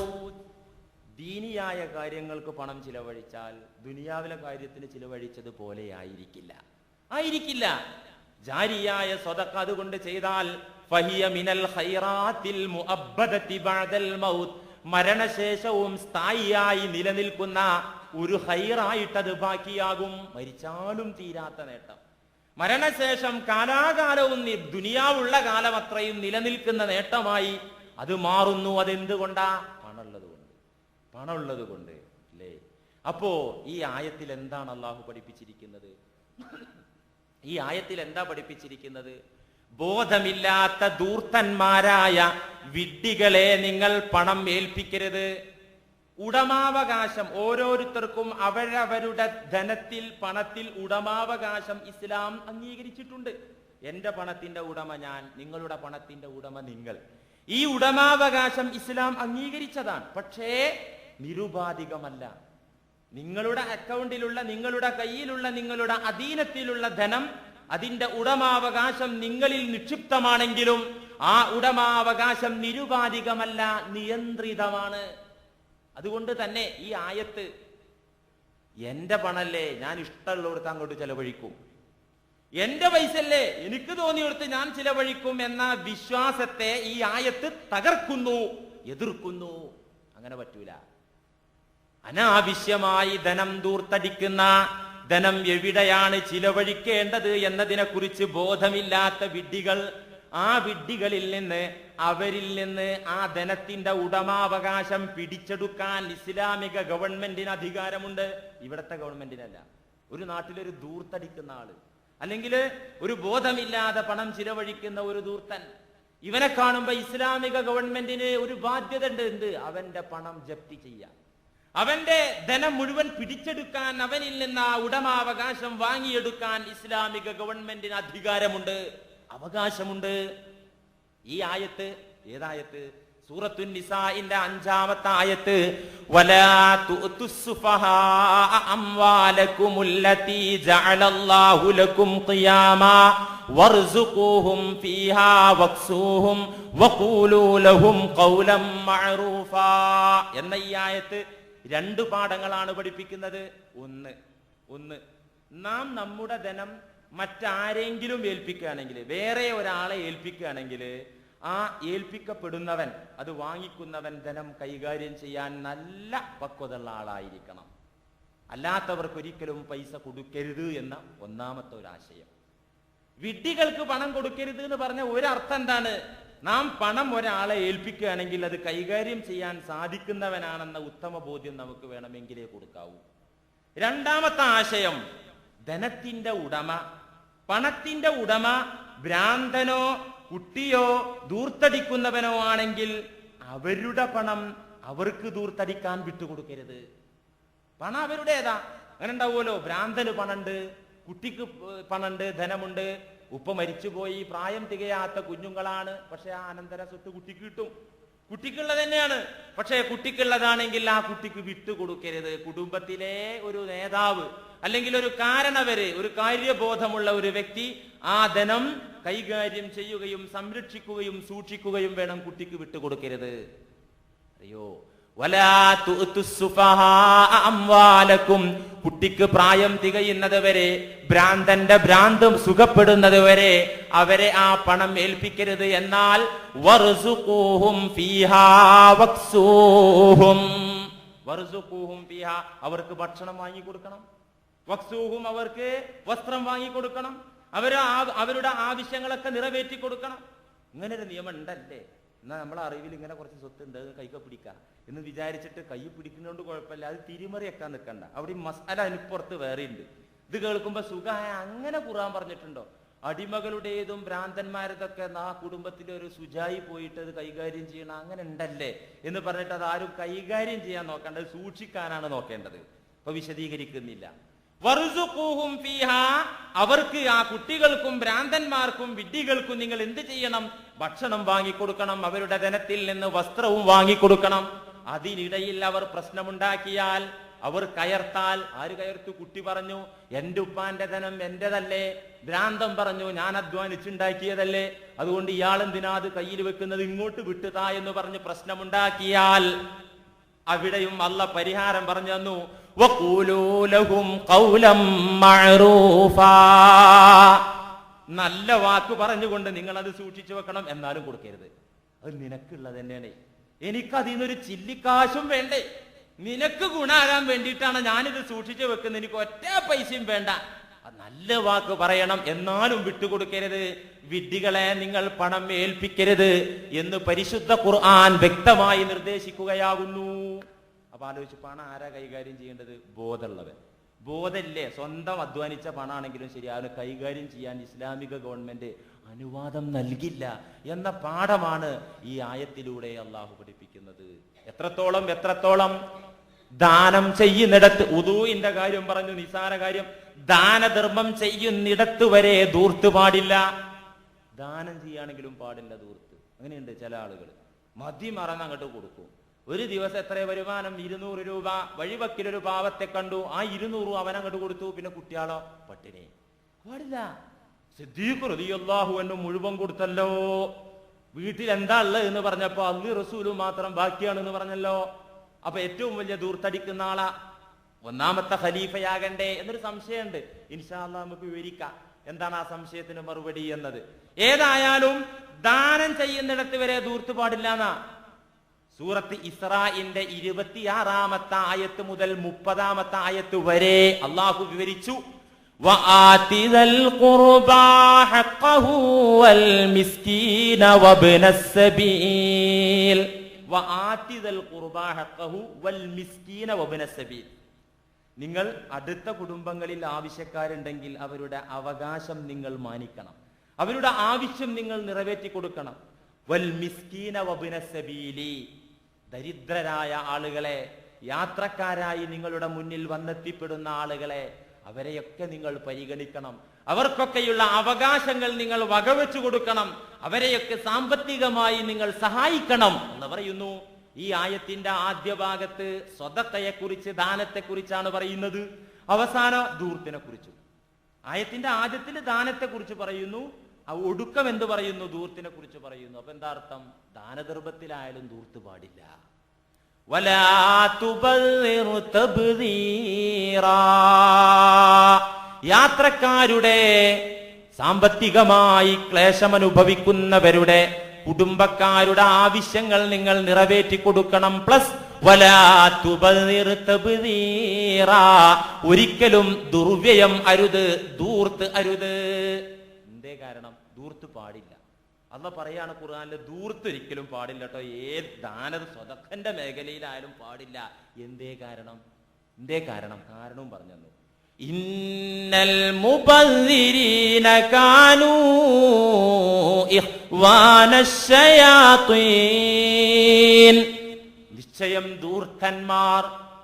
നിശ്ചയം ധൂർത്തടിക്കുന്ന ആളുകൾ അവരവരുടെ സാമ്പത്തികാവസ്ഥ നോക്കാതെ പണം ചിലവഴിക്കുന്ന ആളുകൾ, ദുർവ്യയത്തിന്റെ വക്താക്കൾ, കാനൂ ഇഖ്വാനശ്ശയാത്തീൻ, അവർ ശൈത്വാന്മാരുടെ ചങ്ങാതിമാരാകുന്നു. സുബ്ഹാനല്ലാഹ്, അവർ ശൈത്വാന്മാരുടെ ചങ്ങാതിമാരാകുന്നു. കാനൂ ഇഖ്വാനശ്ശയാത്തീൻ, ധൂർത്തന്മാർ പിശാചുക്കളുടെ കൂട്ടുകാരാകുന്നു. കൂട്ടുകാരനായ ശൈത്വാനോ വകാന ശൈത്വാനു ലിറബ്ബിഹി കഫൂറാ, പിശാചാണെങ്കിൽ തന്റെ നാഥനോട് നന്ദിയില്ലാത്തവനാകുന്നു, കഠിന കുഫർ പ്രവർത്തിച്ചവനാകുന്നു, ഏറ്റവും വലിയ കൊടിയ കാഫിറാകുന്നു. ധൂർത്തന്മാർ ആരുടെ ചങ്ങാതിമാരാ? ശൈത്വാന്മാരുടെ ചങ്ങാതിമാർ. ധൂർത്തന്മാരുടെ കൂട്ടുകാരൻ പിശാച്. കൂട്ടുകാരനായ പിശാചോ വകാന ശൈത്വാനു ലിറബ്ബിഹി കഫൂറ, ഏറ്റവും വലിയ കാഫിറും. അല്ലേ ചങ്ങാതിമാരാവസ്ഥ? മുമ്പ് വിവാഹം എന്ന വിഷയം പറഞ്ഞപ്പോൾ പറഞ്ഞിരുന്നല്ലോ, കല്യാണാലോചന ഉണ്ടാവുമ്പോ നിങ്ങളെ പെൺകുട്ടിക്ക് ഒരു വരനെ അന്വേഷിക്കുമ്പോ വരനെ കുറിച്ചല്ല നിങ്ങൾ അന്വേഷിക്കേണ്ടത്. ഏതാ പുതിയാപ്പള? ബീരാന്റെ മകൻ അബ്ദുറഹീമ. ശരി, നാ പോയിട്ട് ആ നാട്ടിൽ പോയി ചോദിക്കേണ്ടത് എന്താണ്? എങ്ങനെയുണ്ട് അബ്ദുറഹീം എന്നല്ല ചോദിക്കേണ്ടത്. അബ്ദുറഹീമിന്റെ കൂടെ നടക്കുന്നവരാരൊക്കെയാണ്? ഇന്ന ആളാണ്, ഇവരൊക്കെ എങ്ങനെ ചോദിച്ചാൽ മതി.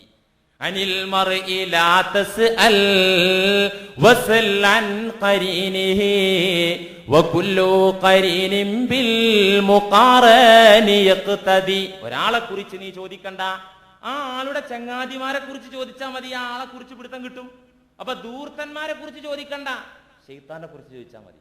ധൂർത്തന്മാരെ കുറിച്ച് ചോദിക്കണ്ട, കാരണം ധൂർത്തന്മാരുടെ കൂട്ടുകാരൻ ആരാന്ന് അള്ളാഹ് പറഞ്ഞു തന്നു. ആരാണ്? പിശാചുക്കളാണ്. പിശാചിനെ കുറിച്ച് ചോദിച്ചാൽ മതി. പിശാചിനെ കുറിച്ചുള്ള വിവരണം എന്താ? വകാന ശൈത്വാനു ലിറബ്ബിഹി കഫൂറാ. ഏറ്റവും വലിയ കൊടിയ കാഫിറാണ് അല്ലേ? അപ്പൊ ചങ്ങാതിയുടെ സ്വഭാവം കൂടെ കൂടിയവന് പകർന്നു കിട്ടുന്നാണല്ലോ തത്വം. ജിലേ ഖുശ്ബൂവേ ദർഹമ്മാം റോസേ റസീദസ്ദസ്തെ മഹബൂബേ ബദസ്തം ബഗുഫ്താ മംഗിലെ നാജീസ് ബൂദം വലാകിൻ മുദ്ദത്തെ ബാഗുൽ നിശിസ്തം ജമാലേ ഹം നശീന്ദർ മൻ അസർ കർദ്. എന്തിന്റെയും സഹവാസം കൊണ്ട് ഏതൊന്നിനോട് ചാരിയോ ആ സഹവസിച്ചതിന്റെ സ്വഭാവം നന്മയാണെങ്കിലും തിന്മയാണെങ്കിലും പകർന്നു കിട്ടും. ഒരു റോസാ ചെടിയുടെ താഴ്ഭാഗത്തുള്ള മണ്ണിന് റോസാപ്പൂവിന്റെ നറുമണം സൗരഭ്യം കിട്ടും അല്ലേ? അപ്പൊ ഏതൊന്നിന്റെ കൂടെയാണോ ആ അവസ്ഥ അങ്ങോട്ട് പഠിക്കും. ഇതാണ്. അപ്പൊ ശൈത്വാന്റെ കൂട്ടുകാരൻ ധൂർത്തുകാരൻ, ശൈത്വാന്റെ കൂട്ടുകാരനാണ് ധൂർത്തന്മാർ. ശൈത്വാന്റെ സ്വഭാവം കുഫറാൻ. ആ കുഫർ ധൂർത്തുകാർക്ക് പകർന്നു കിട്ടും. അതെങ്ങനെ പകർന്നു കിട്ടുക? പിശാച് ഏറ്റവും വലിയ കാഫിറാണ്. ധൂർത്തടിച്ച് അവന്റെ കൂടെ കൂടിയാല് നമ്മളും കാഫിറാവും. കുഫർ മണക്കും. കുഫർ മണത്ത് കഴിഞ്ഞാൽ പിന്നെ അവൻ കുഫറിലെത്തി അവൻ കാഫിറായി പോകും. നഅൂദുബില്ലാ, അല്ലാഹ് കാക്കട്ടെ. സംഭവം നിസാര. ധൂർത്തടിക്കുക എന്നുള്ളത് നമ്മൾ വലിയ കാര്യമായിട്ട് മനസ്സിലാക്കിയിട്ടില്ല. അത് കുഫറിൽ ചെന്നെത്തിക്കുമെന്നാണ് ഖുർആൻ പറയുന്നത് അല്ലേ?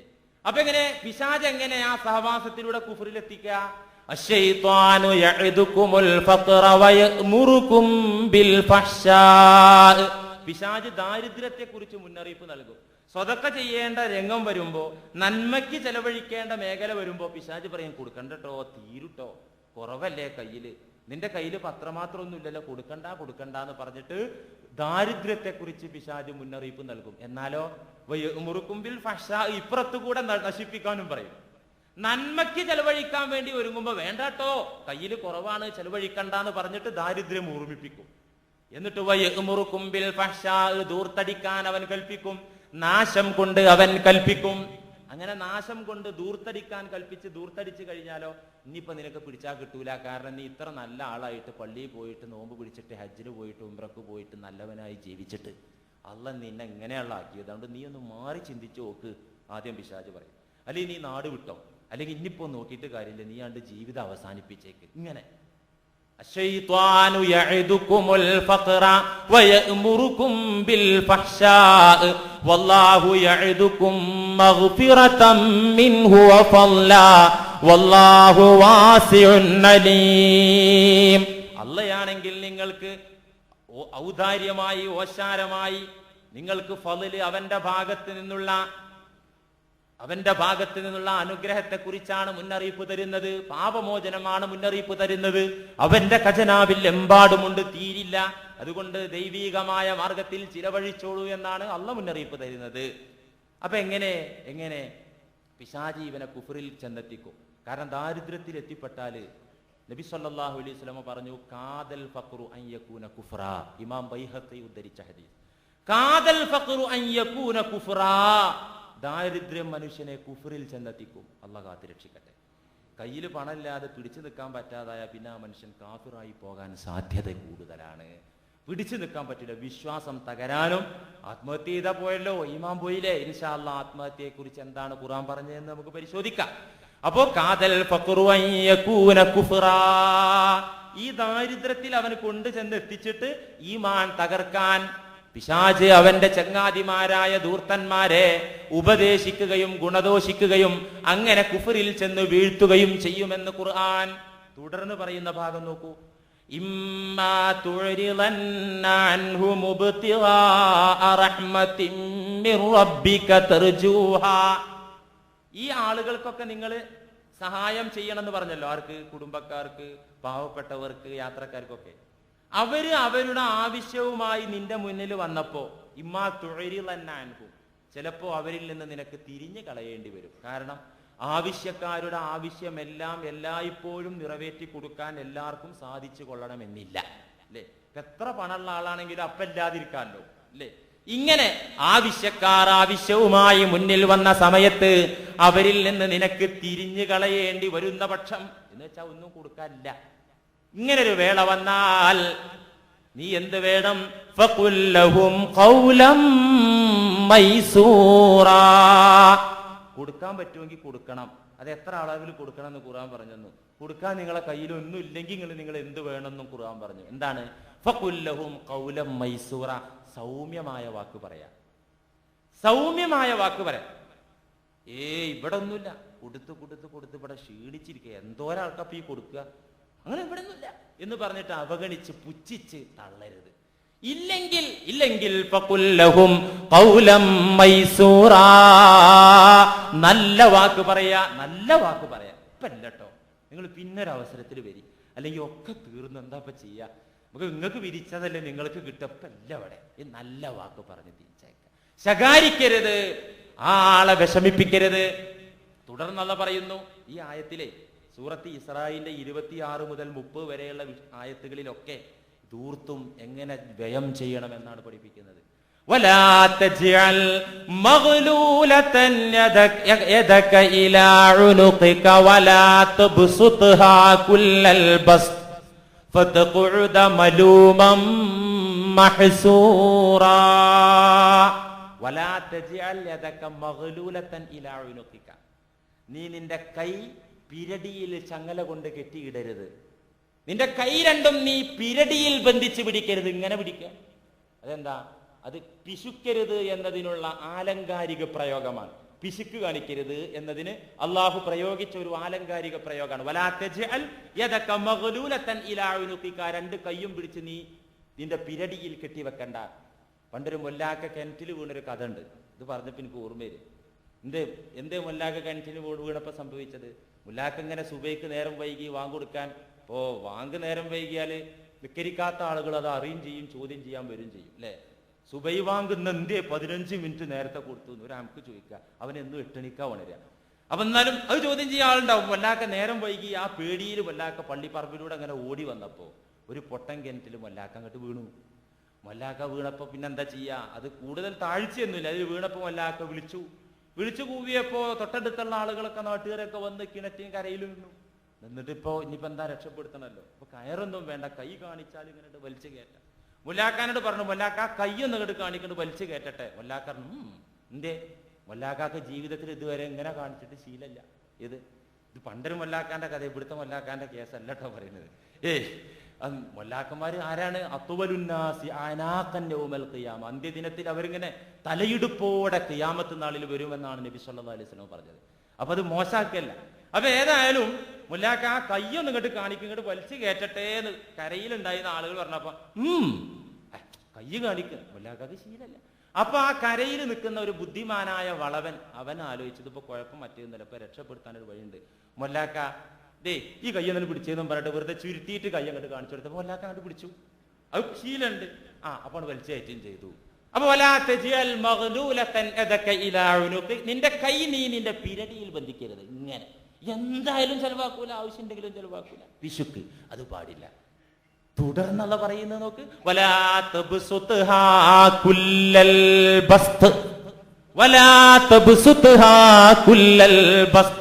അതങ്ങ് മുഴുവനായി നിവർത്തുകയും ചെയ്യരുത്. കൈ രണ്ടും പിരടിയിലേക്ക് ബന്ധിക്കണ്ട. വലാ തബ്സുത്ഹാ കുല്ലൽ ബസ്തി, മുഴുവനായിട്ട് അങ്ങോട്ട് നിവർത്തും വേണ്ട. എന്ന് വെച്ചാൽ ദൂർത്തടിക്കരുത് എന്നതിലുള്ള ആലങ്കാരിക പ്രയോഗമാണത്. വലാ തബ്സുത്ഹാ കുല്ലൽ ബസ്തി, അതങ്ങനെ വാരി വിതറുകയും വേണ്ട, ദൂർത്തടിക്കുകയും വേണ്ട. എന്തേ കാരണം? ഫതഖുദ മലൂമം മഹ്സൂറാ.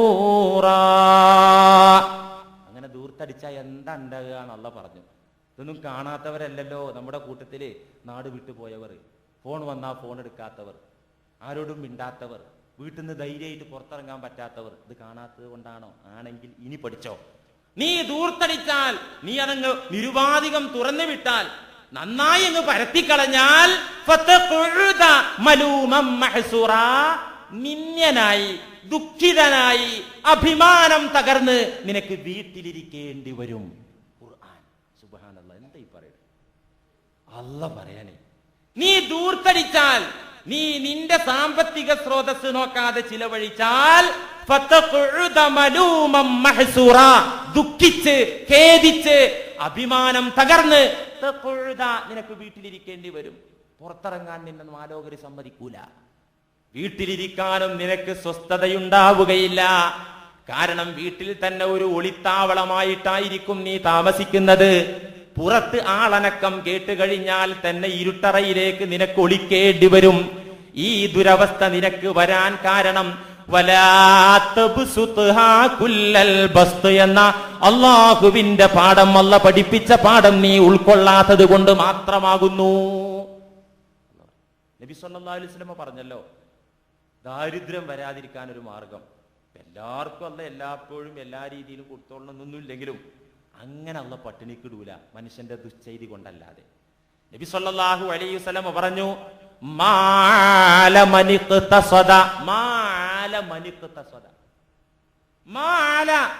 ദരിദ്രനാവുകയില്ല, സാമ്പത്തിക പ്രയാസത്തിൽ അകപ്പെട്ടു പോവുകയില്ല.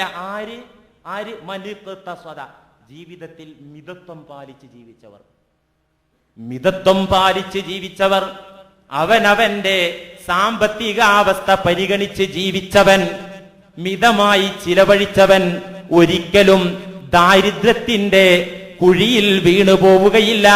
അക്കാര്യത്തിൽ അവന് ക്ലേശിക്കേണ്ടി വരികയുമില്ല. നബി സല്ലല്ലാഹു അലൈഹി വസല്ലം പറഞ്ഞു. അപ്പോ പിശിക്കണ്ട, ദൂർത്തടിക്കണ്ട, ഇടയിൽ നിന്നോ. ദൂർത്തടിച്ചു കഴിഞ്ഞാൽ ഫതഖൂദ മലൂമൻ മഹ്സൂറ. ഇന്ന റബ്ബക യബ്സുതുർ റിസ്ഖ ലിമൻ യശാഉ വയഖ്ദിർ ഇന്നഹു കാന ബിഇബാദിഹി ഖബീറൻ ബസീറാ. ഒരുപാട് തൊഴിൽ നോക്കി, ഒരുപാട് കച്ചവടം നോക്കി, ഒരുപാട് അധ്വാനിച്ചു നോക്കി. ഉസ്താദെ ഒന്നും ക്ലിക്കഡാകുന്നില്ല, ഒന്നും റെയിലിൽ കയറുന്നില്ല, പണം ഉണ്ടാകുന്നില്ല. എന്തേ നിങ്ങളും വീട്ടുകാരും ജീവിക്കണില്ലേ? ജീവിക്കണുണ്ട്, പക്ഷെ ഈ അധ്വാനത്തിനനുസരിച്ചൊന്നും കിട്ടുന്നില്ല. അതിനുള്ള മറുപടി ഈ ആയത്തിലുണ്ട്. ഇന്ന റബ്ബക യബ്സുതുർ റിസ്ഖ ലിമൻ യശാ. അല്ലാഹു ഉദ്ദേശിക്കുന്നവർക്ക് അവൻ ധനം റിസ്ഖ് ധാരാളം കൊടുക്കും. വയഖ്ദിർ, അവൻ ഉദ്ദേശിക്കുന്നവർക്ക് കുടുസാക്കുകയും ചെയ്യും. എന്നിട്ട് അല്ലാഹു പറയാ, ഇന്നഹു കാന ബിഇബാദിഹി ഖബീറൻ ബസീറാ. അവനറിയാം അവന്റെ അടിമകളെ കുറിച്ച്, ആർക്കാ കൊടുക്കേണ്ടത്, ആർക്കാ കൊടുക്കാൻ പാടില്ലാത്തത്, ആർക്ക് എത്ര അളവിൽ കൊടുക്കണം എന്നൊക്കെ വസ്തുനിഷ്ഠമായി അറിയുന്നവനാണ് അല്ലാഹു. അവിടെ നിങ്ങൾക്ക് കിട്ടിയില്ലെങ്കിൽ നിങ്ങൾക്ക് അത്രേ വെച്ചിട്ടുള്ളൂ. കൂടുതൽ കിട്ടിയെങ്കിൽ നിനക്ക് തരാൻ പറ്റിയതുകൊണ്ടാണ്. ഇന്നഹു കാന ബിഇബാദിഹി ഖബീറൻ ബസീറ. ഇൻഷാ അല്ലാഹ് ഈ സമൂഹം വർത്തമാനകാലത്ത് അനുഭവിച്ചു കൊണ്ടിരിക്കുന്ന സാമ്പത്തിക ദുരന്തം, ആ സാമ്പത്തിക ദുരന്തത്തിന്റെ പിറകിലുള്ള സൈഡ് എഫക്റ്റുകളായ സൂയിസൈഡും നാടുവിട്ടുപോക്കും അടക്കമുള്ള പ്രശ്നങ്ങൾ, അതിൽ നിന്ന് ഈ സമൂഹത്തിന് മോചനം ഖുർആനിലൂടെ ഉണ്ട്, തീർച്ചയായിട്ടുണ്ട്. അത് പഠിച്ച് നിങ്ങൾ അതിലൂടെ ജീവിച്ചാൽ അങ്ങനെ ഒരു പ്രശ്നം ഈ ഉമ്മത്തിൽ വരൂല. അതുകൊണ്ട് ഇൻഷാ അല്ലാഹ് ഇതിന്റെ ബാക്കി ഭാഗം നമുക്ക് അടുത്ത ആഴ്ച സംസാരിക്കാം. അള്ളാഹു ദാരിദ്ര്യത്തിൽ നിന്ന്, ഫഖറിൽ നിന്ന്, അതിന്റെ കാരണങ്ങളിൽ നിന്ന് നമ്മെ കാത്തിരക്ഷിക്കുമാറാകട്ടെ. ധൂർത്തും പിശുക്കുമില്ലാത്ത മധ്യനിലയിൽ മിതമായ രീതിയിൽ ധനം ചിലവഴിക്കുന്ന വിശ്വാസികളിൽ അള്ളാഹു നമ്മെ ഉൾപ്പെടുത്തി അനുഗ്രഹിക്കുമാറാകട്ടെ. വ ആഖിറു ദഅവാന അനിൽ ഹംദുലില്ലാഹി റബ്ബിൽ ആലമീൻ. അസ്സലാമു അലൈക്കും വറഹ്മത്തുള്ളാഹി.